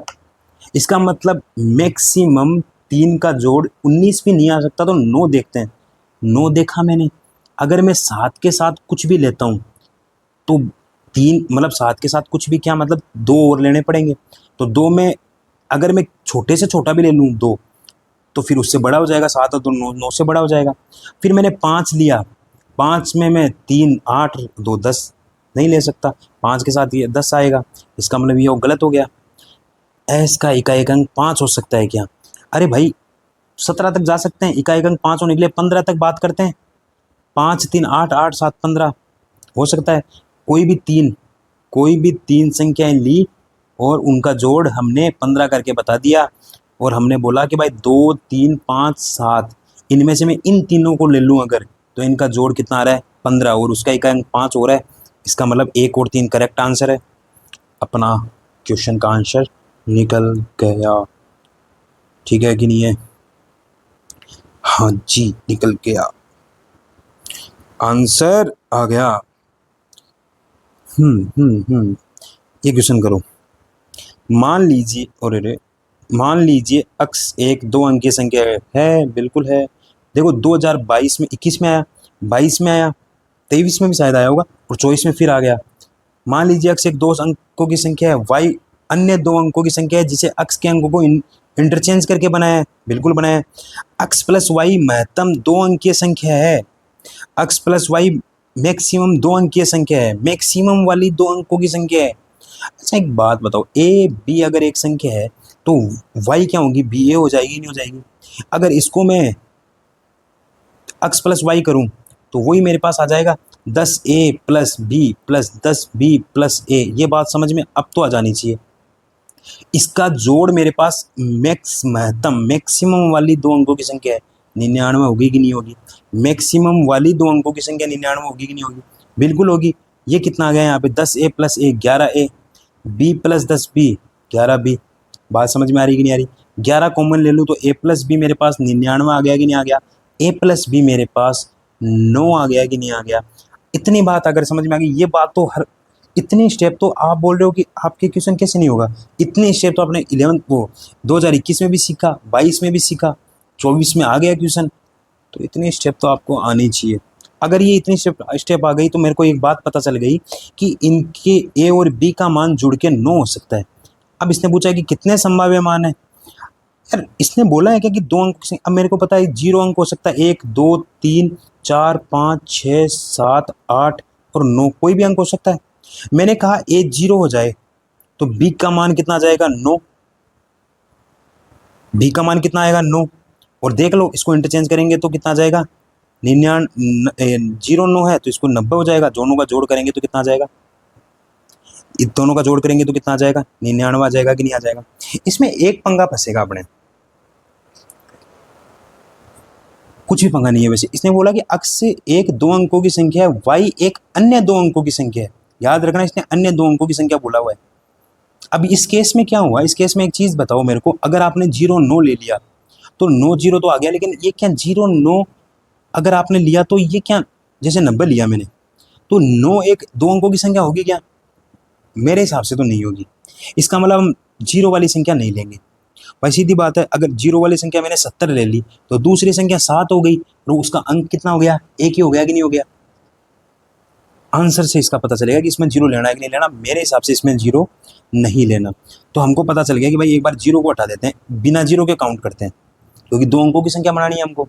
तो हमने बोला कि अगर मैं 1 ले लेता हूँ तो 1 के साथ 8 ले लें, 18 और 81 हो जाएगा। 2 के साथ मैं 7 ले लूँगा, 3 के साथ 6 ले लूँगा, 4 के साथ 5 ले लूँगा, 5 के साथ 6 ले लूँगा, हाँ 5 के साथ 4 ले लूँगा। और इसने अक्स के संभाव्य मान पूछे, 6 के साथ 3 ले लूँगा, 7 के साथ 2 ले लूँगा, 8 के साथ 1 ले लूँगा। तो मेरे पास अक्स के संभाव्य मान क्या हो जाएगा? 18 27 36 45 54 63 72 81, 1 2 3 4 5 6 7 8। अगर आप यहाँ पे 0 वाला केस ले लेते तो बहुत सारे हो जाते, है ना? और वो तो ले ही नहीं सकते। 2 अन्य वाली भी संख्या भी क्या होगी? 2 अंकों की संख्या होगी कि नहीं होगी? तो बात समझो इस चीज को, क्वेश्चन को समझो, क्वेश्चन की डिमांड क्या है ना? और सब भिन्न भिन्न है दूसरे एक दूसरे से। अक्स के संभाव्य मानों की संख्या निकालनी थी जय राम जी की, है ना? समझ में आया कि नहीं आया? आई थिंक समझ में आ गया। यार मजे लेके पढ़ो यार, है ना? मैथ को बोरिंग मत बनने दो। क्या बोला हुआ यहाँ पे क्वेश्चन? मतलब जब मैं एक चीज़ मैं बता रहा हूँ कि देखो मैं क्लास रिकॉर्ड कर रहा हूँ, है ना?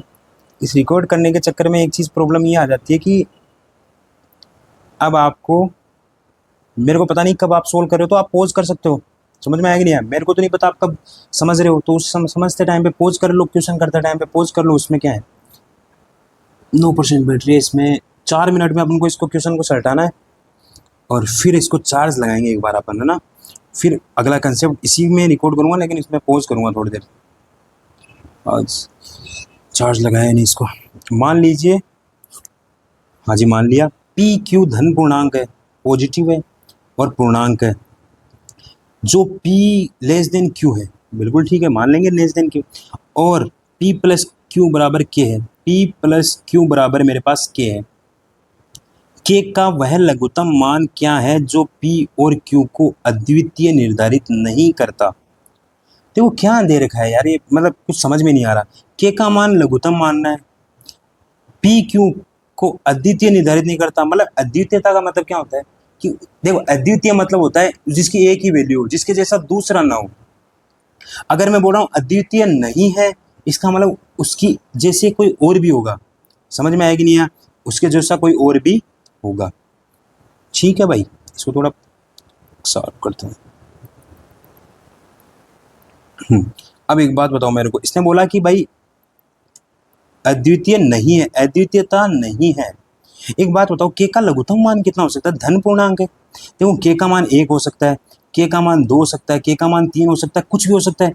लघुत्तम लेना है, के का मान 1 लिया, अगर मैं दो संख्याओं को जोड़ के का मान आ रहा है और वो दोनों धन पूर्णांक है और एक दूसरे से छोटी भी है, तो क्या उसका मान 1 हो सकता है क्या? बिल्कुल नहीं हो सकता, क्योंकि इन दोनों का जोड़ मिनिमम टू मिनिमम कितना आएगा, क्योंकि दोनों धन है, मतलब 0 नहीं हो सकता, पूर्णांक है। तो अगर ये 1 होगी तो ये 2 होगी, क्योंकि ये इसमें दे रखा है कि P से बड़ा है क्यों। इसका मतलब मिनिमम टू मिनिमम कितना आएगा? 3 आएगा कि नहीं आएगा? मिनिमम टू मिनिमम कितना आएगा? के का मान 3, 2 भी नहीं आ सकता, क्योंकि 1 और 1 करने पर 2 आता, और 1 और 1 तो यहाँ वाली कंडीशन से हो नहीं सकता। के का मान मैंने 4 लगा, के का मान मैंने क्या लिखा? 4। तो के का मान 4 लिखूँ तो मैं P और Q को क्या कर सकता हूँ? 1 और 3, 2 और 2 कर नहीं सकता, तो 1 और 3 ही आएगा, 4 और 0 कर नहीं सकता, क्योंकि धन पूर्णांक है। अब देखो कितना वर्ड्स का कितना महत्व है यहाँ पे, समझ में आ रहा है कि नहीं आ रहा। के का मान मैंने लिखा 5, के का मान अगर 5 लिखूँ तो 1 और 4 हो सकता है मान P और Q का, 2 और 3 हो सकता है। तो अद्वितीयता आ गई कि नहीं आ गई? मतलब इसके 2 मान पॉसिबल हो गए कि नहीं हो गए, मिनिमम वैल्यू। तो के की मिनिमम वैल्यू हमारे पास 5 होगी कि नहीं होगी? बात समझ में आ रही है कि नहीं आ रही? समझ में आ रही है?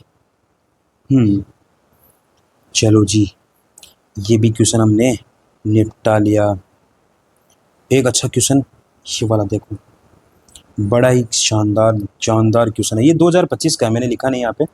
अच्छा क्वेश्चन है ये, मैंने 2025 वाले इंग्लिश में डाउनलोड करके लगा दिए। ठीक है, इसको थोड़ा सा आप एडजस्ट समझा दूंगा मैं, आपको समझ में आ जाएगी चीज़ें, है ना। क्या बोला हुआ है? Let P Q R B ए 3 digit number, let P Q R B ए 3 डिजिट नंबर। ओके, अब इसने क्या बोला है कि पी क्यू आर लिख दिया मैंने, P P T be A 3 digit number and P S be a 2 digit number. इसने बोला कि पी पी टी 3 अंकों की संख्या है और पी एस 2 अंकों की संख्या है। P Q R S T सब डिस्टिंक्ट मतलब अलग अलग है, नॉन जीरो डिजिट मतलब शून्य नहीं होगी। फर्दर इसने लिखा है कि पी क्यू आर और पी एस अगर माइनस करूं तो मेरे पास पी पी टी आएगा। ओके, जो बोला है वो मैंने लिख दिया यहाँ पे, ठीक है। इसने बोला Q का मान 3 है, Q का मान मेरे पास 3 दे दिया इसने। T का मान 6 से कम है, T का मान 6 से कम है। Then what is the number of possible values of R और S, R और S के पॉसिबल मान पूछे हैं। मेरे को इसको चार्ज लगाना पड़ेगा 5 मिनट, तो एक बार मैं इसको पॉज कर देता हूँ, ठीक है यहीं पे। Sorry for disturbance. हाँ जी, तो हम कहाँ थे यहाँ पे जी, यहाँ पे हमने पढ़ लिया था इस क्वेश्चन को ना, पी क्यू आर, इसमें से पी एस को माइनस किया था और पी पी टी आया था। इसमें एक बात बोल रखी है कि क्यू हमारे को 3 दे रखा है ना। चलो जी ठीक है, क्यू हमको 3 दे रखा है। ओके, अब मेरे को एक बात बताओ, इसने दहाई के अंक में से इसका दहाई का अंक माइनस किया, इसने क्यू माइनस पी किया और करने पर हमारे पास इसको पी आया, माइनस करने पर हमारे पास क्या है? पी। इसने बोला कि Q का मान 3 है।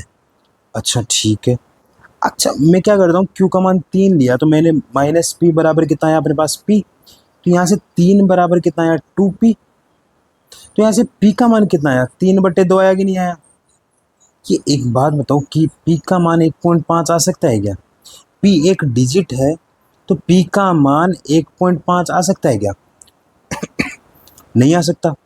इसका मतलब क्या है यहाँ पे, इसका मतलब मैं ये समझाना चाहता हूँ कि देखो क्या होता है जब हम माइनस करते हैं ना, तो जैसे मान लो यहाँ से इधर से एक उधार भी लेते हैं, माइनस करना तो आता ही हमको, तो सॉरी, यहाँ से हमने क्या किया, यहाँ पे 3 है, Q का मान हमारे पास कितना है 3 है, ठीक है।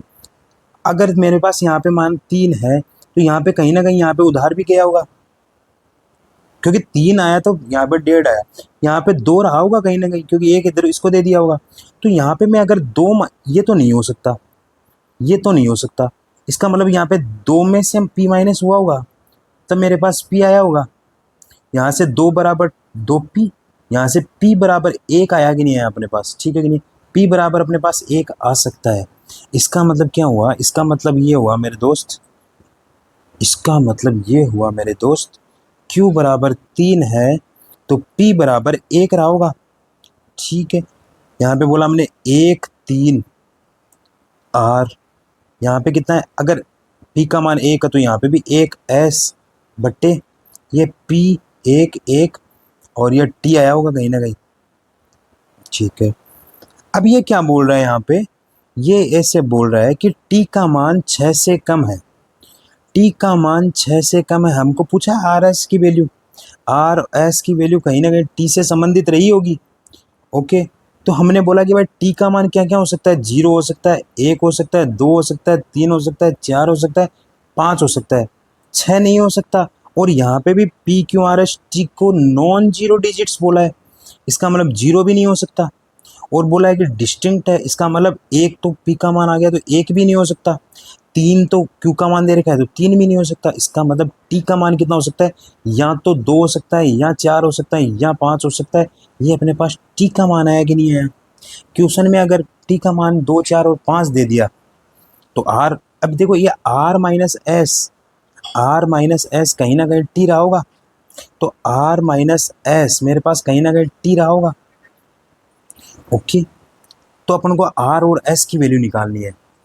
एक बात बताओ मेरे को, एक बात बताओ मेरे को, अगर मैं यहाँ पे R और S की वैल्यू निकालूं, और R और S में मैं यहाँ पे 2 ले लेता हूँ T की वैल्यू, मैंने T की वैल्यू कितनी ली यहाँ पे 2, इसका मतलब R माइनस एस मेरे पास कितना होगा 2, R माइनस एस मेरे पास कितना आएगा 2।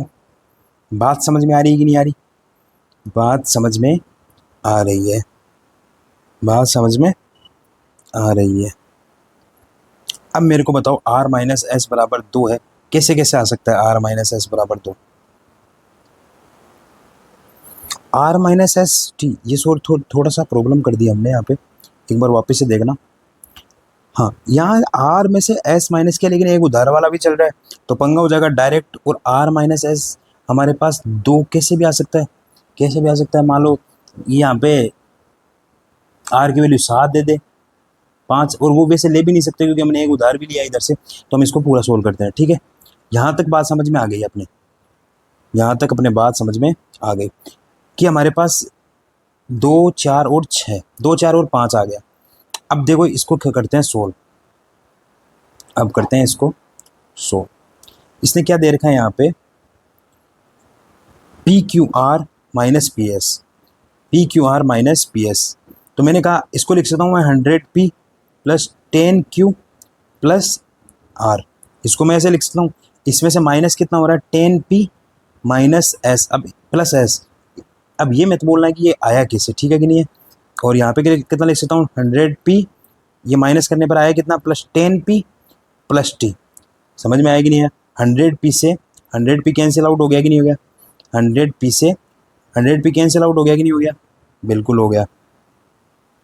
और यहाँ पे कितना बच गया देखो 10Q, 10Q plus R minus 10P minus S बराबर 10p प्लस टी। यहाँ से अपने पास कितना आ गया बताओ, क्यू का मान कितना दे रखा है अपन को 3, तो यहाँ से कितना आ गया 30 प्लस आर माइनस पी का मान कितना है अपने पास 1, 10 माइनस एस बराबर 10, पी का मान 1 है तो 10 प्लस टी। यहाँ से अपने पास देखो यहाँ पे कितना आया 10, 30 माइनस 10 20 और उधर जाके माइनस के 20, तो आर माइनस एस बराबर टी माइनस 10 हो गया कि नहीं हो गया। ये बात समझ में आती है क्या आपके? उधर जाके 10 और ये 10 में से 30 में से 10 गए 20 बचे, उधर जाके माइनस के 20 प्लस के 10 है ही हैं तो माइनस के 10 बच गए। इसका मतलब मेरे पास आ गया कि आर माइनस एस बराबर टी माइनस 10 है। अब मेरे को एक बात बताओ, पी की वैल्यू क्या क्या हो सकती है, टी की वैल्यू क्या क्या हो सकती है 2, 4 और 5। टी की वैल्यू मेरे पास क्या क्या हो सकती है 2, 4 और 5, 2, 4 और 5। यहाँ पे डायरेक्ट हमने नहीं किया, इसको पूरे पहले सोल्व किया है, ठीक है ठीक है। तो यहाँ से r माइनस एस, अगर मैं t की वैल्यू 2 रखता हूँ, अगर मैं t की वैल्यू 2 रखता हूँ तो कितना आया 2 माइनस 10 माइनस के 8। अब मेरे को बताओ कि माइनस के 8 कैसे कैसे आ सकते हैं, माइनस के 8 कैसे कैसे आ सकते हैं। माइनस के 8 आ सकते हैं कि भाई मैं डिजिट्स में देखूँ तो यहाँ पे मैं अगर मैं इसको ले लूँ, मैं अगर मैं इसको r को 1 ले सकता हूँ क्या, ये बताओ पहले तो। 1 नहीं ले सकते क्योंकि अलग अलग डिजिट्स है और p का मान तो 1 है। r को मान में 2 ले सकता हूँ क्या, 2 कुछ है क्या अपने पास, 2 तो आपने सर कुछ लिया ही नहीं, कैसे नहीं लिया, t का मान 2 लिया है आपने तो 2 भी नहीं ले सकता, p का मान 1 भी नहीं ले सकता, 2 भी नहीं ले सकता। मैं 3 ले सकता हूँ क्या, नहीं ले सकता क्योंकि 3 भी दे रखा है q का मान। मैं 4 ले सकता हूँ क्या, अगर मैंने p का मान 4 लिया, ले सकते हैं बिल्कुल और खुशी में नहीं है, तो 4 लिया मैंने, किसका मान p का नहीं, p का तो ये 1 नहीं हो सकता, 2 नहीं हो सकता, 3 हो सकता, 4। अगर मैंने r का मान की बात कर रहे हैं ना, r का मान मैंने लिया 4, तो अब मैं यहाँ पे क्या लिखूँ कि माइनस का 8 आ जाए, मेरे को तो 12 रखना पड़ेगा तब जाके माइनस का 8 होगा। और s 12 हो नहीं सकता क्योंकि ये तो डिजिट है, ये तो मैक्सिमम 9 तक जा सकती है, इसका मतलब 4 भी नहीं ले सकते। 5 लेता तो यहाँ पे 13 रखना पड़ता, इसका मतलब r का मान 4 तो नहीं ले सकते, 4 12, 5 के अंदर कितना रखना पड़ता 13, ये भी नहीं ले सकते। 6 के अंदर कितना रखना पड़ता 14, इसका मतलब ये 2 से तो कोई वैल्यू पॉसिबल नहीं है। अगर t का मान 2 है तो फिर कोई पॉसिबल वैल्यू नहीं है। ओके, अगर मैंने क्या कहा t का मान 4 रखूँ मैं, तो r माइनस एस बराबर 4 माइनस 10 बच गया कि नहीं बच गया, r माइनस एस बराबर 4 माइनस 10, तो r माइनस एस बराबर माइनस का 6 बच गया नहीं बच गया, माइनस का 6 बच गया। 1 में नहीं ले सकता r को, 2 में नहीं ले सकता, अब की बार 2 ले सकता हूँ, क्यों, क्योंकि अब की बार मेरे पास यहाँ पे r का मान कितना क्या क्या क्या ले सकता हूँ, देखना एक बार वापस पूरा देखना पड़ेगा।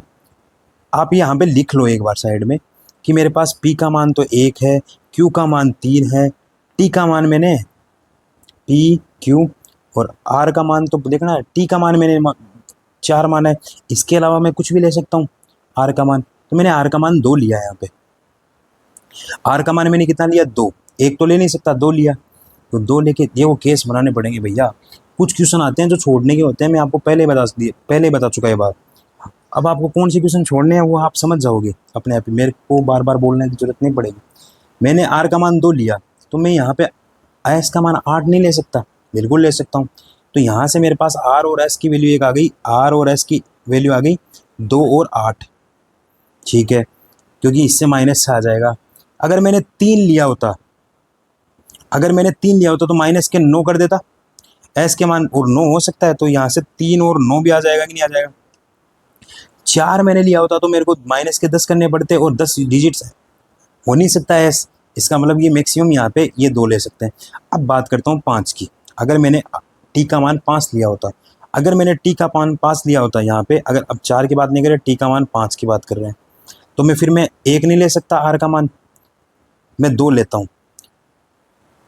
2 माइनस एस, सॉरी यहाँ पे देखो 5 लिया होता तो माइनस का 5 आता है यहाँ पे, तो r माइनस एस, इसको मिटा सकता हूँ क्या थोड़ा सा, अगर आपने ये समझ लिया हो तो।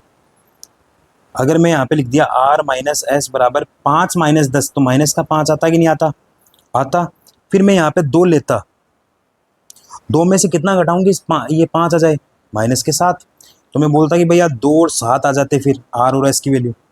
अगर मैं यहाँ पे 3 लेता तो माइनस के 8 आ जाते कि नहीं आ जाते? 3 माइनस 8 आ जाता कि नहीं आ जाता? तो 3 और 8 आ जाता कि नहीं आ जाता? बिल्कुल आ जाता।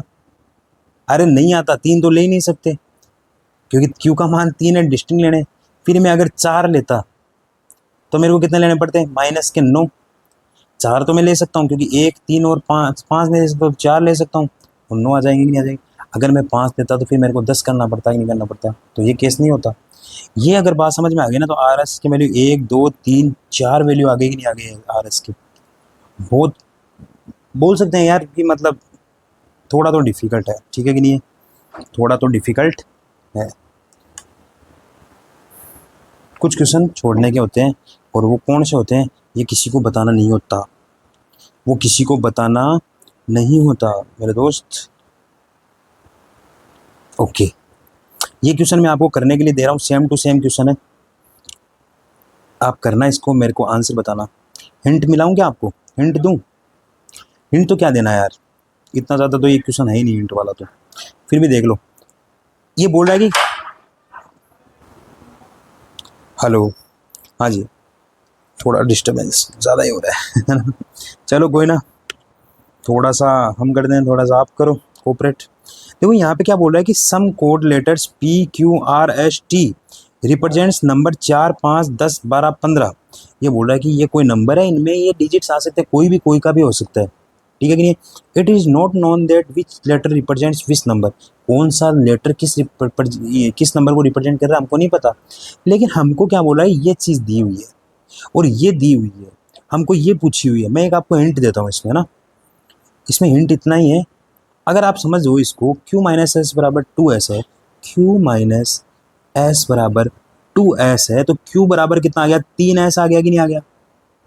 अब मेरे को एक बात बताओ, q और s का मतलब, q बराबर 3s है, इसका मतलब q की वैल्यू s की 3 गुना होगी। बिल्कुल सही बात है। अब मेरे को एक बात बताओ, यहाँ पे कौन सी ऐसी वैल्यू है जो 1 की 3 गुना है? आपको दिखेगा 4 और 12।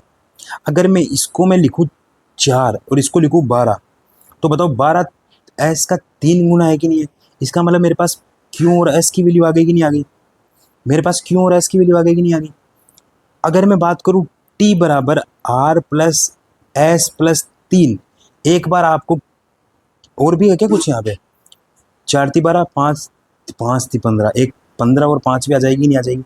अब आपको एस की वैल्यू आ गई यहाँ पे, या तो 4 आ सकती है या 5 आ सकती है, दोनों केस लेने हैं यहाँ पे रखने हैं, और फिर आपको इसका आंसर निकालने की कोशिश करना है और मेरे को बताना है कमेंट्स में इसका आंसर क्या आएगा ना।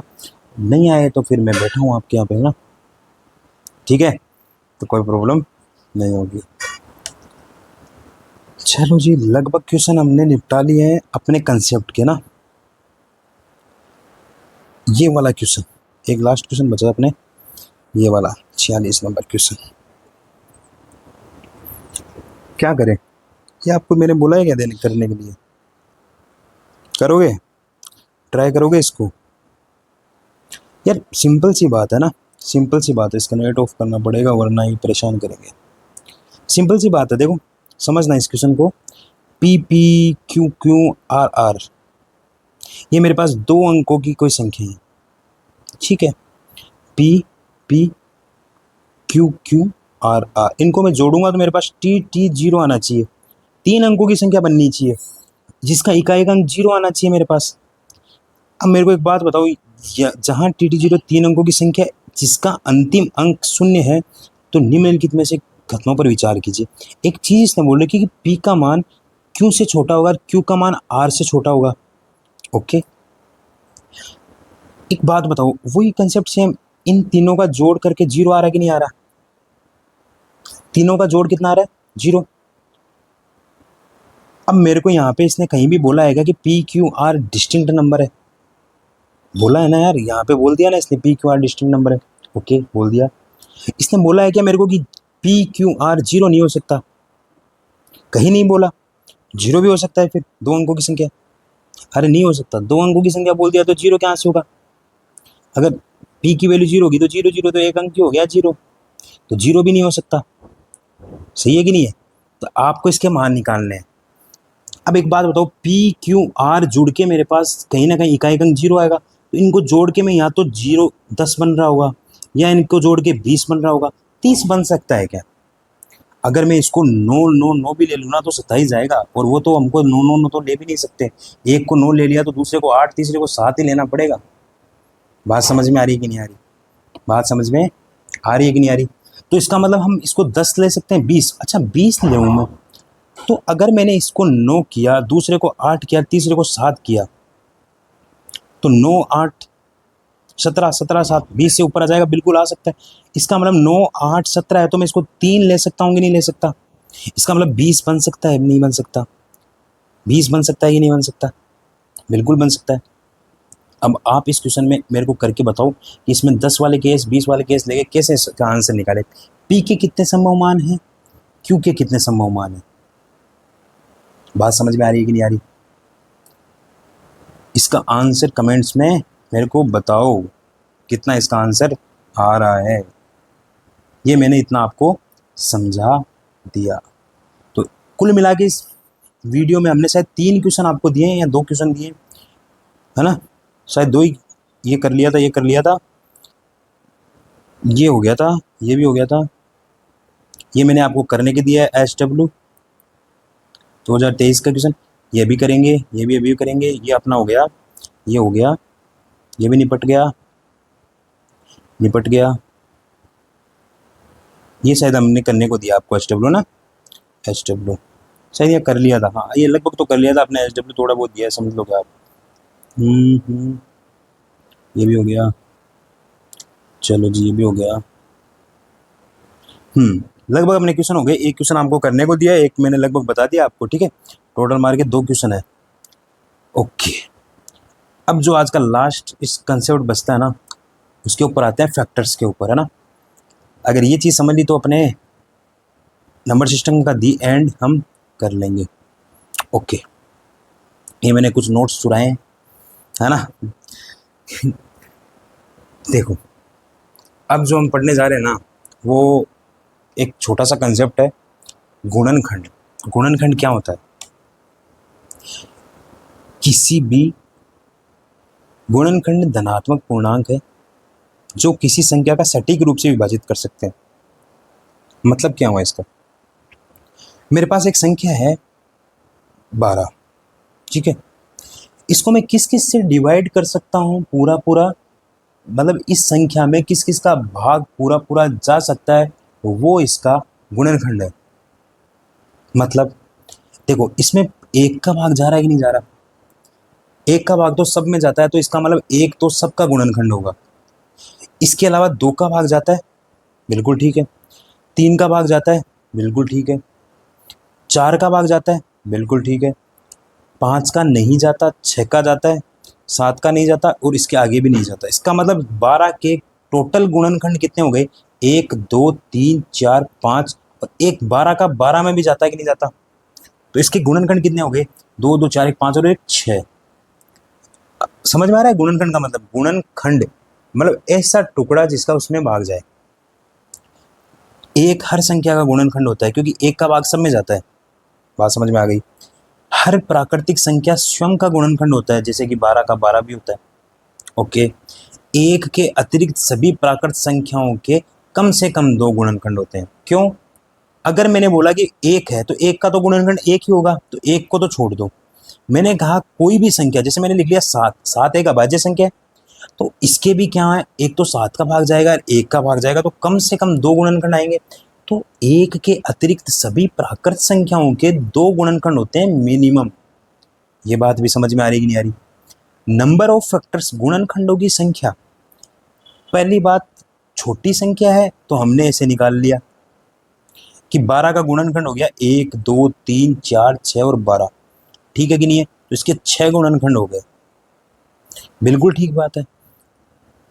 अब इसने बोला कि perfect square number of factors, मतलब पूर्ण वर्ग नंबर ऑफ फैक्टर्स, मतलब ऐसे फैक्टर, ऐसे गुणनखंड जो कि पूर्ण वर्ग हो। 4 है पूर्ण वर्ग है, 1 है पूर्ण वर्ग है, तो पूर्ण वर्ग नंबर ऑफ फैक्टर्स कितने हो गए? 2। समझ में आ रहा है? इवन नंबर ऑफ फैक्टर्स मतलब ऐसे फैक्टर, ऐसे गुणनखंड जो सम संख्या हो, ऐसे फैक्टर्स जो क्या हो, सम संख्या हो। तो हमको पता चल रहा है 2 एक सम संख्या है, 4 एक सम संख्या है, 6 एक सम संख्या है, 12 एक सम संख्या है। तो कितना आ गया, 4 आ गया कि नहीं आ गया। मतलब टोटल 4 संख्या ऐसी है जो सम है और इसकी गुणनखंड है। परफेक्ट क्यूब ऐसा जिसका पूरा पूरा क्यूब रूट निकले। पूर्ण घन, पूर्ण घन मतलब जिसका क्यूब रूट पता है ना आपको, क्यूब रूट कितना होता है, 1 होगा कि नहीं होगा। ये 1 है जिसका पूर्ण वर्ग, पूर्ण घन निकल सकता है।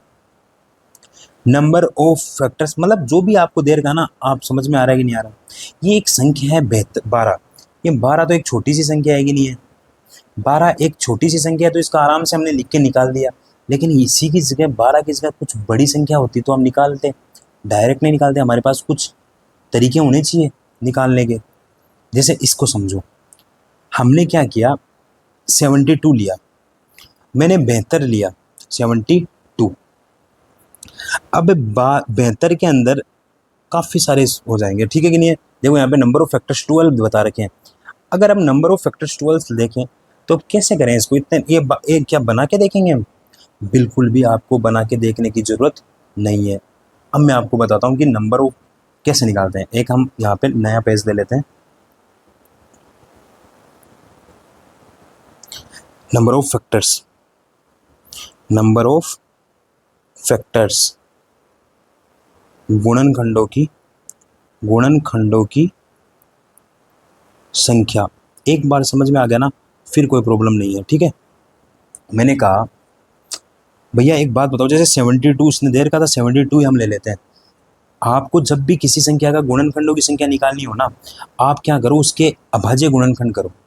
अभाज्य गुणनखंड मतलब क्या, प्राइम फैक्टर्स। मतलब क्या करो, 72 को ऐसे लिख लो, 72 अगर मैंने इसमें 2 का भाग दिया 36, फिर 2 का भाग दिया 12, 18, फिर 2 का भाग दिया 9, फिर 3 का भाग दिया 3, 3 का भाग दिया 1। इसका मतलब ये हो गया 2 की घात 3 गुणा 3 की घात 2। बात समझ में आया कि नहीं है। अगर ये बात समझ में आ रही है आपके, इसका मतलब क्या हुआ यहाँ पे, इसका मतलब ये हुआ कि आप ले क्या क्या सकते हो। इसका मतलब हुआ आप 2 की घात 0 ले सकते हो, 2 की घात 1 ले सकते हो, 2 की घात 2 ले सकते हो और 2 की घात 3 ले सकते हो। 2 की घात 0 का मतलब कितना हुआ, किसी की भी घात 0 का मतलब होता है 1। तो आप 1 तो ले ही सकते हो क्योंकि 1 तो गुणनखंड है ही है। बिल्कुल ठीक है। इसका मतलब कितना हो गया, 3 की घात 0 ले सकते हो, 3 की घात 1 ले सकते हो, 3 की घात 2 ले सकते हो।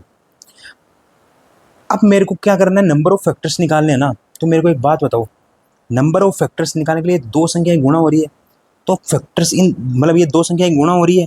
तो आप एक बात बताओ कि इन 4 में से कितने कौन कौन ले सकते हो। आप ये जोड़ा भी ले सकते हो, आप ये जोड़ा भी ले सकते हो, आप ये भी ले सकते हो कि नहीं ले सकते। आप इससे भी ये ले सकते हो, ये ले सकते हो, ये ले सकते हो नहीं ले सकते। इससे भी आप ये और ये ले सकते हो, इसके साथ ये और ये और ये। मतलब इन चारों के साथ आप इन तीनों को ले सकते हो नहीं ले सकते। ये एक पीएनसी का कंसेप्ट है, ये एक पीएनसी का कंसेप्ट है। आप जब पीएनसी की क्लास देखोगे जो कि मेरी अपलोडेड है, और मैं इसके बाद में प्रायिकता कराऊंगा, प्रायिकता के बाद में पीएनसी फिर से एक बार करवाऊंगा, तो वहाँ पे आप इसको ज़्यादा समझ सकते हो। डायरेक्ट अगर आपको याद रखना है तो एक बात बताओ, जैसे मैंने कहा कि ये तो मैंने समझाने का तरीका बताया आपको, ठीक है। डायरेक्ट अगर आपके मैं बात करूं, कुछ भी नहीं सोचना समझना, डायरेक्ट ये देखो, इसको समझो। अगर आपको बोल दे कि 72 के मेरे पास आए 2 की घात 3 और 3 की घात 2, तो आप ये जो घात है ना, इनमें एक एक बढ़ाओ और गुणा कर दो। ये आपके पास नंबर ऑफ फैक्टर्स आ जाएंगे, गुणनखंडों की संख्या। मतलब इसका मतलब सीधा सा ये है कि अगर मेरे पास कोई संख्या n है और यहाँ पे अभाज्य गुणनखंड a, उसकी घात b, इसकी घात m मान लो, या फिर उसकी घात x मान लो, ठीक है। अभाज्य गुणनखंड करना अभी बताया मैंने आपको, ऐसे 2 3 5 7 इनकी फॉर्म में आएंगे। a की घात x आ जाएगा, गुणा मान लो b की घात y आ गया, c की घात z आ गया, d की घात p आ गया, e की घात q आ गया, कुछ भी आ गया। ऐसी संख्या में बनेगी, ऐसी बन जाएगी। याद रखना a b c d e ये अभाज्य गुणनखंड होंगे। अभाज्य गुणनखंड समझ में आ रहा है कि नहीं आ रहा, ऐसे निकलता है, आपको पता है ये चीज़, बचपन में भी सीखा है। तो आपको क्या करना है, इनकी पावर्स को 1 प्लस करना है और इनको गुणा करना है आपस में। समझ में आया कि नहीं आया, p+1 और q+1। इनको गुणा करो, आंसर निकालो। एक एग्जाम्पल लेके हम इसको समझते हैं, ठीक है। हम उसी में देखते हैं अपने जो ये था। जैसे इसने बोला कि 2160, ठीक है। मैंने 2160 के फैक्टर्स किए। ऐसे करते हैं, आपको पता है 2160 के फैक्टर। इसने 2 का भाग दिया, ठीक है कि नहीं, 1080, फिर 2 का भाग दिया 540, फिर 2 का भाग दिया 270, फिर 2 का भाग दिया 13 और 5, 3 का भाग दिया 45 बार, 3 का भाग दिया 15 बार, 3 का भाग दिया 5 बार, 5 का भाग दिया 1 बार। तो 2 की घात 4, 2 की घात 4, 3 की घात 3, 3 की घात 3, 5 की घात 1, 5 की घात 1। मतलब ऐसे अभाज्य गुणनखंड करे तो अपने पास ये हमारे पास क्या आ गया, हमारे पास आ गया 2 की घात 4, 3 की घात 3, 5 की घात 1। अगर मेरे को पूछता नंबर ऑफ फैक्टर्स कितने हो गए, तो मैं क्या करता, इनकी घात है 4, 4 की 1 कर देता 5 गुणा, घात 3 है तो इसको 1 करके 4, इसको घात 1 है तो 2 कर देता, 5 चौके 20, 20 दूना 40, 40 इसके क्या आगे, गुणनखंड आगे कि नहीं आगे, गुणनखंडों की संख्या आगे कि नहीं आगे। तो कुल मिला के अपने पास गुणनखंड आ गए, ठीक है कि नहीं, कुल मिला के अपने पास गुणनखंड आ गए, ठीक है। तो हम आज से हमको ये चीज़ तो पता चल गई सर, गुणनखंडों की संख्या हम निकाल सकते हैं, गुणनखंडों की। अब देखो इसके ऊपर क्वेश्चन कितना प्यारा है, मैं आपको बताता हूँ। ये क्यों करवा रहा हूँ मैं, ये इसलिए करवा रहा हूँ, इतनी सी छोटी सी चीज़ है, इतनी छोटी सी चीज़ के ऊपर ये देखो, देखो क्या क्वेश्चन पूछा है। What is the smallest one digit number having exactly 4 distinct factors? इसने बोला है कि मेरे पास एक डिजिट नंबर होनी चाहिए, क्या क्या हो सकती है, 1 2 3, 0 भी हो सकती है, 4 5 6 7 8 और 9। इसने बोला है कि what is smallest one digit number having exactly 4 distinct factor. मेरे पास उसके, पहली बात तो संख्या ये डिजिट है ना सबसे कम होनी चाहिए, और उसके 4 फैक्टर होने चाहिए। मैंने 0 का देखा, 0 का मतलब क्या हो गया, इसका तो एक ही फैक्टर, इसका तो कोई नहीं है, एक फैक्टर हो गया, 0 का 0 ही है, 0 का तो 0 में भाग नहीं जाता, 0 का तो काउंट ही नहीं करते, ठीक है कि नहीं है। मैं 1 का देखूंगा तो इसका एक ही फैक्टर आ गया कि नहीं आ गया, इसका एक ही फैक्टर आ गया कि नहीं आ गया, एक इसका एक ही फैक्टर आ गया कि नहीं आ गया। अब 2 की बात करूंगा तो 2 का मैं 2 भी फैक्टर है और 1 भी फैक्टर है, 2 फैक्टर हो गए, अपन को तो 4 डिस्टिंक्ट फैक्टर निकालने। 3 की बात करूंगा तो 3 और 1 हो गया, 4 की बात करूंगा तो ये 2 का स्क्वायर है, इसका मतलब 2 की घात 2, तो फैक्टर्स कितने हो गए 3। वैसे भी करके देख सकते हैं, 1 2 और 4, ये 3 फैक्टर हो गए नहीं हो गए। याद रखना ये यूपीएससी है, इसमें ऐसे ही क्वेश्चन पूछते हैं जी से। 5 के 2 फैक्टर है, 1 और 5, 6 के फैक्टर देखो, 6 के फैक्टर कितने आ गए मेरे पास सर। 6 को मैं लिख सकता हूँ 3 गुणा 2, 3 की घात 1, 2 की घात 1, घात को मैं 1 बढ़ाऊंगा और गुणा कर दूंगा, 4 आ रहे कि नहीं आ रहे। तो स्मॉलेस्ट नंबर 6 आ रहा है, मेरे को किसी भी स्टेटमेंट की जरूरत है क्या। The answer can be answered by even without using any of the statements. Answer आ गया कि नहीं आ गया, आगे हमको चेक करने की जरूरत ही नहीं है भाई। हमको तो पूछा है स्मॉलेस्ट वन डिजिट नंबर क्या है, मेरे को कोई ऑप्शन देखने की जरूरत नहीं है। 2 is one of the factor, मेरे को कोई मतलब नहीं है यार, मेरे को कोई मतलब नहीं है, मेरा डायरेक्ट आंसर निकल रहा है ना, इससे हो गया काम खत्म। तो यहाँ से मेरे पास एक चीज़ समझ में आ गई कि आपको नंबर ऑफ ये गुणनखंडों की संख्या पता चल गई। अब गुणनखंडों की संख्या पता चल गई ना, अब मैं आपको फिर से कंसेप्ट समझाता हूँ।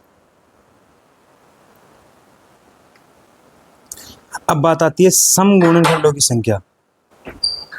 अब मेरे पास बात आती है सम गुणनखंडों की संख्या। एक बात बताओ मेरे को, जैसे मैंने अभी लिया था 72, 72 का क्या आया था, इसका मतलब आया था 2 गुणा, ये हो गया था लगभग, देखो अभी देख लो 72 का क्या था, 2 36, 2 18, 2 9 और 3, 2 की घात 3, 3 की घात 2, ये मेरे पास आया था, ठीक है। यहाँ से मेरे पास टोटल नंबर ऑफ गुणनखंड कितने आए थे, टोटल नंबर ऑफ फैक्टर्स कितने आए थे मेरे पास, 3 की 1 करूँगा 4, 2 की 1 3, मतलब समझ रहे, घात को प्लस 1 करके मल्टीप्लाई किया, 12 आ गया। अब मेरे को क्या निकालना है, इवन नंबर ऑफ फैक्टर्स, मतलब सम गुणनखंडों की खंडों की संख्या। देखो मैं तरीका तो मैं डायरेक्ट बता सकता हूँ आपको, तरीका तो मैं डायरेक्ट बता सकता हूँ, क्या बता सकता हूँ कि इस बार क्या करना है, जो सम संख्या है ना उसकी पावर में एक ऐड नहीं करना है, उसकी पावर में एक ऐड नहीं करना है। क्या मतलब क्या हुआ, इसका मतलब ये हुआ कि इसकी घात कितनी है, तीन, तो तीन ही रखनी है। और जो विषम संख्या है उसका तो चाहे आप कुछ एक, चाहे तो आप एक करके रखोगे, चाहे तो नहीं करके ही रखोगे एक प्लस करके। तो ये कितना आया, 9 आया कि नहीं आया, बात समझ में आएगी नहीं आई, 9 आया कि नहीं आया। मैं इसका मतलब समझाता हूँ क्यों। मैंने आपको बताया कि इसका मतलब क्या होता है, 2 की घात 0, 2 की घात 1, 2 की घात 2, 2 की घात 3 में से कुछ भी ले सकता हूँ। अभी इसकी बात नहीं कर रहा मैं, इसकी बात कर रहा हूँ, ठीक है। फिर यहाँ पे बोला 3 की घात 0, 3 की घात 1 और 3 की घात 2 में से मैं कुछ भी ले सकता हूँ। अब मैंने कहा था कि नंबर ऑफ फैक्टर्स निकालने के लिए आपको इस एक के साथ किसी को भी ले सकते हो। तो मैंने कहा कि अगर मैं इसको, तो इसके साथ 3 आ गए, इसके साथ 3 आ गए, इसके साथ 3, इसके साथ 3, मतलब इस चारों के साथ मेरे पास ये तीनों आ गए, तो मतलब 12। लेकिन अब एक बात बताओ मेरे को, अगर मेरे को सम संख्या पूछिए, मतलब ऐसे गुणनखंड पूछिए जो सम संख्या हो, तो देखो यहाँ पे विषम संख्याएं हैं। विषम संख्या को सम संख्या बनाने के लिए कम से कम मेरे पास एक सम संख्या होनी चाहिए, मतलब कम से कम एक दो होना चाहिए। यहाँ पे 2 की घात 0 का मतलब 1 हो गया, यहाँ पे 2 तो है ही नहीं। इसका मतलब ये केस नहीं ले सकते, क्यों, क्योंकि अगर मैं इसको इससे मल्टीप्लाई करूंगा तो 2 की घात 0 को 3 की घात 0 से मल्टीप्लाई किया 1 आएगा, विषम संख्या है। या फिर मैं 2 की घात 0 को 3 की घात 1 से मल्टीप्लाई करूंगा तो 3 आएगा, क्योंकि 1 गुणा 3 3, ये विषम संख्या है। लेकिन वहीं में अगर इसको मैं इससे गुणा करूंगा तो 6 आएगा कि नहीं आएगा। बात समझ में आएगी नहीं है। बात इतनी सी है मेरे दोस्त, बात इतनी सी है कि आपको अगर सम गुणनखंडों की संख्या निकालनी है तो आपको जो सम संख्या है, जो आपके पास सम संख्या का भाज्य गुणनखंड है 2, उसकी घात जो 3 आई है उसको आपको 3 ही रखना है, 4 नहीं करना है। बाकी जो है विषम संख्या में उसको आपको करना है +1 करके। बात समझ में आएगी नहीं आई। अगर मेरे को ओड की बात पूछ लेता, ओड नंबर ऑफ फैक्टर्स, तो मैं बोलता भैया टोटल में से इवन माइनस कर दो, 12 में से 9 माइनस कर दो तो 3 आया। और अगर मेरे को डायरेक्ट पूछता, मैं टोटल क्यों निकालूं, डायरेक्ट ही निकालूंगा। तो मेरे को पता है कि भाई मेरे को सम लेने ही नहीं है, एक भी सम नहीं लेना है, तो इसको हटाऊं ना, इसकी बात करो। विषम संख्या में पूछा है, ओड की बात कर रही है, विषम की बात कर रहा है, तो केवल विषम वालों को +1 करके गुणा करना है, इवन वालों को लेना ही नहीं है। तो 2 की घात 3 की थी, बात ही नहीं करनी है। 3 की घात 2 है तो 3 की घात 2, घात 2 को +1 करके लिख दो। जैसे मान लो यहाँ पे ऐसे रहता, एक एग्जाम्पल अपन समझते हैं। मेरे पास रहता कोई संख्या है जिसको 2 की घात 5, 7 की घात 3, 5 की घात 2 और 3 की घात 3 है। मेरे को इसमें पूछता total number of factors, total number of factors, तो मैं क्या बोलता, 5 + 1, 3 + 1, ये सब अभाज्य गुणनखंड है, याद रखना, इनको देख लेना है अभाज्य गुणनखंड है कि नहीं है। 3 + 1, 2 + 1, 3 + 1, इसको 3 + 1, 2 + 1, 3 + 1, 5 + 1, 6 गुणा 4 गुणा 3 गुणा 4, 4 × 3 = 12, 12 × 4 = 48, 48 गुणा 6, 48 गुणा 6, 8 × 6 = 48, 8 × 6 = 24 से 4 28, 288, ठीक है कि नहीं है। अगर मेरे को पूछता इवन नंबर ऑफ फैक्टर्स, सम गुणनखंडों की संख्या, तो मैं 2 की घात 5 को 5 ही रखता, क्योंकि इवन की बात कर रहा है। 7 की घात 3 को मैं घात 3 +1 करके लिखता, 5 विषम संख्या है तो घात +1 करके लिखता, 3 विषम संख्या है तो घात +1 करके लिखता, यहाँ से मेरे पास आंसर आ जाता। यहाँ से मैं ओड की बात करता, देखो आंसर कितना है, 5 चौके 20, 20 चौके 80, 80 240। अगर मैं यहाँ पे बात करता ओड नंबर ऑफ फैक्टर्स की, तो मैं इसको तो भूल ही जाता, मैं इसकी बात करता, तो 3 2 3, 4 3 4, 4 चौक 16, 16 3 48। देखो ये दोनों जुड़ के टोटल आ रहे हैं कि नहीं आ रहे, बात समझ में आएगी नहीं है, बात समझ में आएगी नहीं है। अगर आपने गुणनखंडों की संख्या निकाल दी, अगर आपने गुणनखंडों की संख्या निकाल ली, तो अब आपके पास आती है सम ऑफ फैक्टर्स,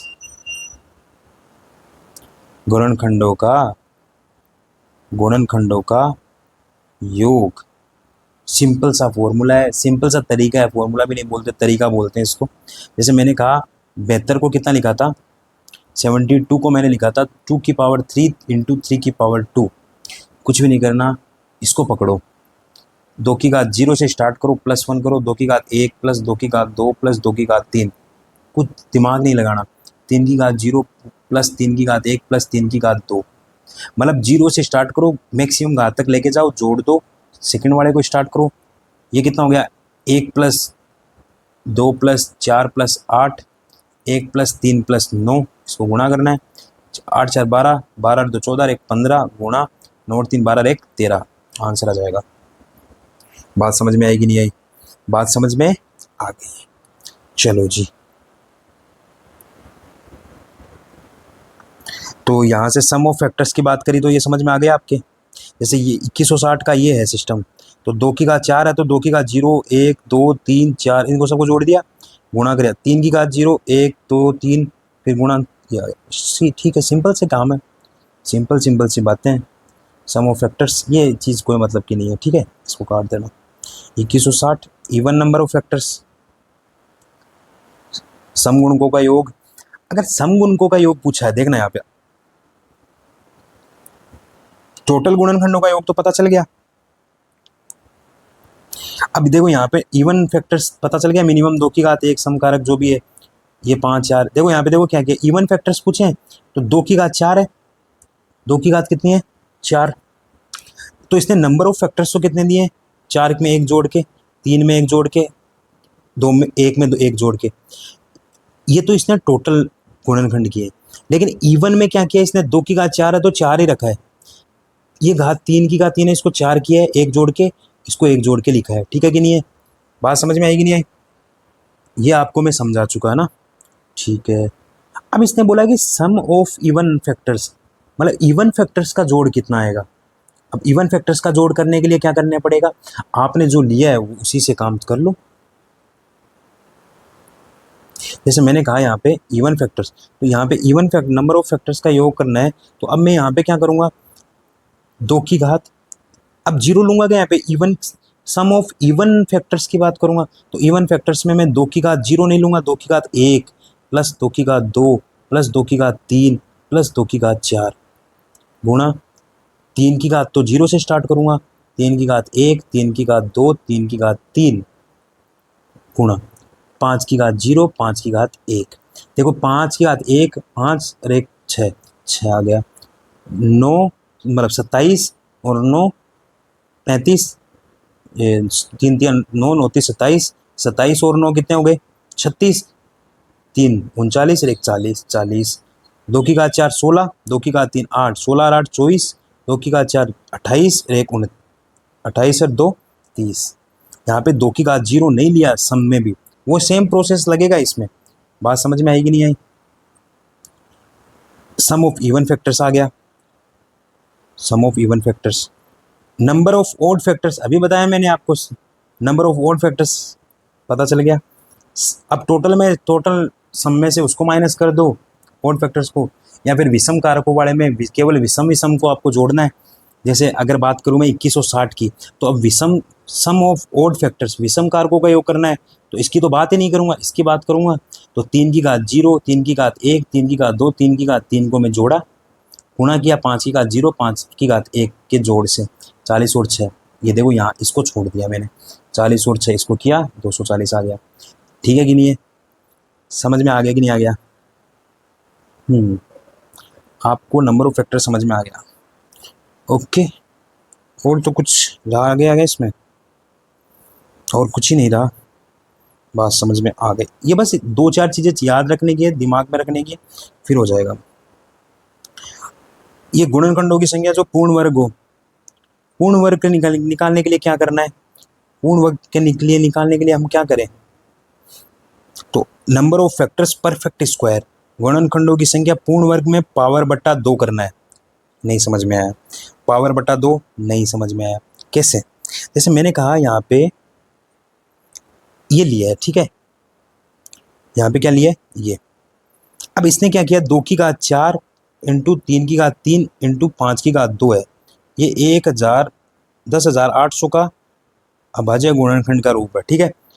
अब मेरे को क्या करना है, 2 की घात 4, इसका क्या कर निकालना है, पूर्ण वर्ग। ऐसा गुणनखंड जिसका अंडर रूट करूँ, पूर्ण वर्ग निकालूं तो आना चाहिए, अंडर रूट पूरा पूरा आना चाहिए। तो इसमें क्या करते हैं, इसमें देखो सिंपल सा सर ने यहाँ पे क्या करवा रखा है, सर ने सिंपल सा करा रखा है, पावर बट्टा 2। अगर इंटीजर आता है तो +1 कर दो, और इंटीजर नहीं आता है तो पास वाला इंटीजर लिखो, +1 कर दो। जैसे 2 लिखा, जैसे 4 लिखा तो 4/2 +1। 3 है, 3/2, डेढ़, डेढ़ का मतलब एक ही लेना है, आधा है, आधा तो कोई मतलब नहीं है, 1 + 1।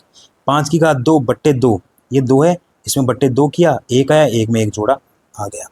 अब ये आया कैसे, उसको सिंपल सा तरीका है समझने का। जब मैं इसको 2 की घात 0, 2 की घात 2, 2 की घात 4 लिखूंगा, 2 की घात 0, 2 की घात 2, 2 की घात 4 लिखूंगा, तो यहाँ पे पूर्ण वर्ग में कितना आएगा। आप बोलते हो कि पूर्ण वर्ग तो ये भी आएगा, पूर्ण वर्ग ये भी आएगा, पूर्ण वर्ग ए भी आएगा, तो ये तीनों आएंगे पूर्ण वर्ग। इसमें पूर्ण वर्ग में ये भी आएगा, ये भी आएगा, ये भी आएगा, ये भी आएगा। लेकिन यहाँ पे इसने देखो, ध्यान से देखोगे ना, तो इसने ना 2 की घात 1 को छोड़ दिया। समझो इस चीज को, 2 की घात 4 को 2 की घात 0 भी ले सकते हैं, 2 की घात 1 भी ले सकते हैं, 2 की घात 2, 2 की घात 3 और 2 की घात 4। लेकिन जब अंडर रूट करूंगा तो 2 का अंडर रूट नहीं निकलेगा, 8 का अंडर रूट नहीं निकलेगा, क्योंकि अंडर रूट का मतलब क्या होता है, जैसे 2 की घात n है तो इसका अंडर रूट करूंगा तो इसका मतलब होता है 2 की घात n/2। ये चीज़ समझ में आई कि नहीं है, ये आपको कमेंट्स में बताना है, ठीक है। बेसिक वाली वीडियो अब आगे थोड़े दिनों में हम डाल देंगे। ये चीज़ समझ में आ गई। तो कुल मिला के मेरा कहने का मतलब ये है कि अगर मैं इसका अंडर रूट करूंगा ना तो अंडर रूट में 2 आएगा, पूर्ण वर्ग नहीं आएगा। इसका अंडर रूट करूंगा ना तो 2 की घात 2/2, 2 की घात, कुल मिला के 4 हो गया ना, 4 का तो अंडर रूट निकलता ही है, 16 का अंडर रूट निकलता ही है। तो ये जो जो संख्या में यहाँ पे पूरा पूरा भाग जा रहा है 2 का, वो संख्याएं ली है इसने।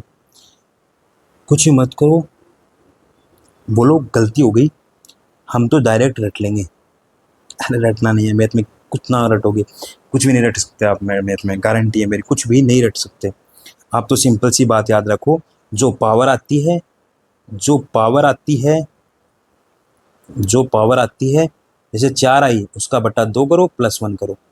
3 आई, 3/2 करो, +1 करो। यहाँ पे 1.5 नहीं लेना, 1.5 है तो 1 लेना है, 1.9 भी आया तो भी 1 ही लेना है, ठीक है कि नहीं। और फिर 5 की घात 2, 2/2 + 1, पूर्ण वर्ग आ गया। ऐसे ही अगर क्यूब की बात करें तो /3 +1 कर देना। जी, बात समझ में आ गई। ये क्या बोल रहा है, पहले ये बोल रहा है पूर्ण वर्ग हो गया, make pairs of first and last, कोई मतलब नहीं, प्रोडक्ट ऑफ फैक्टर्स, कारकों का गुणनफल। इसने योग तो बता दिया, गुणनफल का कैसे निकालना है, गुणनफल का कुछ नहीं निकालना, किसी भी संख्या के गुणनखंडों का गुणनफल, किसी भी संख्या के गुणनखंडों का गुणनफल, जैसे बेहतर है, इसके कितने गुणनफल आएंगे, इसके 12 हमने देखे थे, तो 12 की घात 2 ये आएगा इसका बेहतर घात 6, ये इसका क्या आ जाएगा, कारकों का गुणनफल, मतलब इसके जो ये फैक्टर्स है ना, इसका गुणनफल आ जाएगा। कुछ नहीं करना आपको, जैसे मैंने कहा 12 का निकालो, तो आपको पता है 12 का 4 निकाला था हमने, गुणनखंडों की संख्या कितनी आई थी, 4 या 6, 6 आई थी कि नहीं आई थी, अरे 6 आई थी कि नहीं आई थी, कैसे निकाली थी सर, 2 की घात 3, 3 की घात 2, 4 और ये 3, 12, 12 आई थी, किसी चीज़ की आई थी, पता नहीं किसकी आई थी, हमारे तो इसकी आई थी, 12 तो इसी की निकाल लिए। जैसे किसी ने बोला भाई इसका निकालो, तो 1800 इसका गुणनखंडों का गुणनफल निकालना है। तो कुछ नहीं करना, ये अंक संख्या लिखो चुपचाप ऐसा का ऐसा। इसके नंबर ऑफ फैक्टर्स कितने हुए, 5 गुणा 4 गुणा 3, पाँचों के बीच में 60, 60/2, तो ये हो गया 10,800 की घात 30, ये आ गया गुणनखंडों का गुणनफल। ये चीज़ समझ में आ गई, ये कोई इतना काम की चीज़ नहीं है। इस पे कोई क्वेश्चन आए हुए हैं क्या, क्वेश्चन आए हुए हैं भैया, ये तो हो गया। इसके ऊपर क्वेश्चंस देखते हैं क्या है, मैंने लिए थे 2-4 क्वेश्चन। ये देखो कितना सिंपल सा क्वेश्चन पूछा हुआ है, देखना। मान लीजिए अक्स कोई धन पूर्णांक है, बिल्कुल है, धन है, पूर्णांक है। इस प्रकार है कि 7x प्लस 96 ये विभाज्य है अक्स से, इसमें अक्स का भाग पूरा पूरा जा रहा है, तो अक्स के मान कितने संभव है। मैं इसको सोल्व करना आपको पता है, पहले इसमें भाग दे लेते हैं। 7 अक्स से अक्स कट गया, प्लस पूरा पूरा गया इसमें, इसमें तो पूरा पूरा गया, लेकिन बीच में प्लस है तो इसमें भी जाना चाहिए। 96/x। एक बात बताओ मेरे को, 96 में अक्स का भाग पूरा पूरा जाना चाहिए, अक्स की कितनी वैल्यू पॉसिबल है। इसको मैं ऐसे बोल सकता हूँ क्या कि 96 के कितने गुणनखंड है, क्योंकि इस 96 के जितने गुणनखंड होंगे ना उसी का इसमें भाग जाएगा। सिंपल सी बात है यार। 96 मतलब 2 गुना 48, 2 गुना 24 गुना 2, 2 गुना 2 गुना 8 गुना 3, 2 गुना 2 गुना 2 की घात 3 गुना 3 की घात 1, 2 की घात 5, 3 1 4 1 5, 3 की घात 1, 32 96। ठीक है, 5। अब गुणनखंडों की संख्या निकालें, 2 की घात 5 यानी 6, 3 की घात 1 यानी 2, 12। आंसर आ जाएगा 12। कुछ भी सोचने की जरूरत नहीं है, बस कंसेप्ट आपका क्लियर होना चाहिए कि यहाँ पे 96 में भाग जा रहा है अक्स का, तो अक्स 96 का गुणनखंड होगा। एक संख्या और, एक क्वेश्चन और देखो, कितना इजी सा क्वेश्चन है। क्या बोल रहा है, 1186 में किस संख्या का भाग दूं कि 31 आना चाहिए शेषफल। एक बात बताओ, 31 शेषफल आना चाहिए, मतलब ऐसी संख्या जिसमें, जैसे 31 इसमें से माइनस करूँ, 5 5 11, 1155 एक ऐसी संख्या है, अगर मैं इस 1155 के गुणनखंडों की संख्या ज्ञात कर लूँ तो इस 1155 में पूरा पूरा जाएगा, लेकिन इसके बाद में जो 31 बचेगा कि नहीं बचेगा, यहाँ पे नहीं समझ में आया सर, ये समझ में नहीं आया। ये आप तो हवा में बात कर गए, हवा में बात नहीं करेगा, हवा में बात नहीं कर रहे। हमको क्या करना है, एक काम करो, आपको क्या निकालना है, 1186 में भाग जाने पर 31 शेषफल आने चाहिए ना। मैं एक ऐसी संख्या निकाल लेता हूँ जो इससे 31 कम है। मैंने निकाली 31 कम है, 1155। मैंने 1155, क्योंकि इसमें से 31 माइनस कर दिया, इसमें पूरा पूरा किसी संख्या का इसमें पूरा पूरा भाग जाएगा, तो उस संख्या का अगर मैं 1186 में भाग दूंगा तो यहाँ पे 31 शेषफल बच जाएगा ही नहीं बच जाएगा। इसका मतलब इसके गुणनखंडों की संख्या निकाले एक बार, तो मैंने 1155 के गुणनखंड निकाले, 2 5 1 7 1 5 का, अरे मैं भी पागल हो रहा हूँ ना, 5 का तो जाएगा ही, 2 का तो जाएगा ही, 5 का जाएगा ना सीधा सीधा। 1155, 5 का गया, 5 दूनी 10, 5 ती 15, 5 एकम 5, 231, 3 तो 5 1 6, 3 का जा रहा है, 7 21 और 7 77। इसका मतलब ये हो गया 5 गुणा 3 गुणा 5 गुणा 7 गुणा 11। समझ में आएगी नहीं है।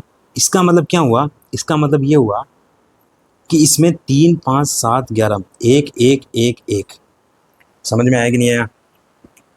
अब एक बात बताओ, गुणनखंडों की संख्या कितनी होगी, यहाँ से 2 गुणा 2 गुणा 2 गुणा 2 प्लस प्लस 1 करके गुणा कर दिया, 2 दूनी 4, 4 दूनी 8, 8 दूनी 16। ये 16 संख्याएं ऐसी होगी जिसमें इसका भाग जा रहा है। लेकिन एक बात बता मेरे को, एक बात बता, अगर मैं इसमें गुणनखंड ले लिया 3, अगर मैंने इसमें गुणनखंड ले लिया 3, तो 3 से कभी भी 31 शेषफल आ सकता है क्या? नहीं आ सकता। क्यों नहीं आ सकता? 3 से कभी भी 31 शेषफल कैसे आएगा भैया? 3 से तो एक शेषफल आ सकता है ज़्यादा से ज़्यादा। समझ में आ रहा है कि नहीं आ रहा? तो यहाँ से मैं बोल सकता हूँ कि भाई 3 को, इन 16 में से एक तो 3 कैंसिल हो गया, 3 कभी भी, एक 5 भी कैंसिल हो गया, एक 7 भी कैंसिल हो गया और एक 11 भी कैंसिल हो गया। ये तो कैंसिल होंगे ही होंगे। क्यों? क्योंकि 11 में कभी भी 31 शेषफल नहीं बचेगा। 31 शेषफल बचने के लिए 31 से बड़ा गुणनखंड चाहिए मेरे को।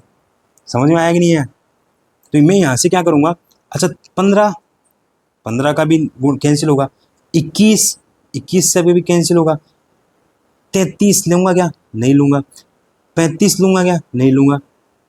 55 लूँगा क्या? 55 तो लूँगा, ये तो लेंगे ही। तो यहाँ से मेरे पास 1 2 3 4 5 6, ये 6 एक्स्ट्रा आए कि नहीं आए, इसको कट करना पड़ेगा, नहीं करना पड़ेगा? इसमें कट करना पड़ेगा।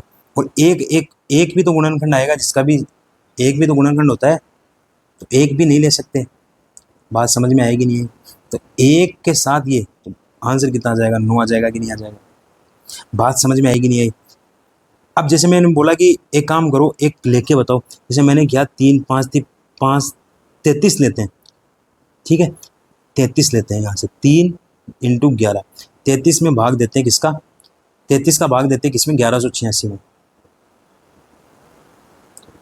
1186 में भाग दिया मैंने 33 का, ये लगभग गया 4 बार तो नहीं जाएगा, 3 बार गया 99, 18 में से 9, 10 में से 9 1, 6, कितनी बार गया 6, 36 18, 36 18 1 19, ज़्यादा हो गया कि नहीं हो गया, तो ये गया 5 बार, 5 थी 15, 5 थी 15 1 16, 1 3 31 एस वाला आया कि नहीं है।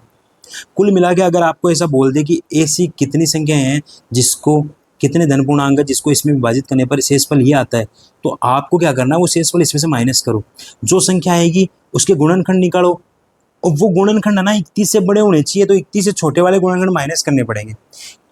ये कंसेप्ट इतना ही बोलता है कि 1186 में से 31 कम करूंगा तो वो संख्या आ जाएगी मेरे पास जिसमें पूरा पूरा भाग जाता है।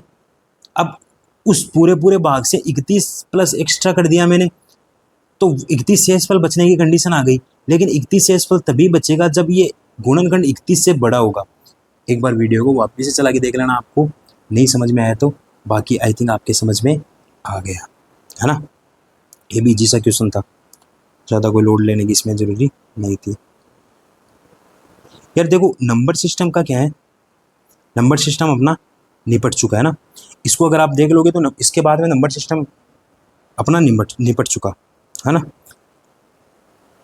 अब क्या बात करते हैं हम आगे की प्रोसेस के, 2 मिनट बात करेंगे फिर हम वीडियो को पॉज करेंगे। देखो मैंने क्या बोला, नंबर सिस्टम के हमारे पास 3 पार्ट पहले हो गए सब पार्ट करके, और ये आज चौथा पार्ट है, ठीक है। 4 क्लास अपनी हुई 2021 से लेके 2025 तक, मेरी नज़रों में 100%, और अगर कुछ छूट गया तो 99.9%, 1% तो जम्स में छूट जाते हैं ना।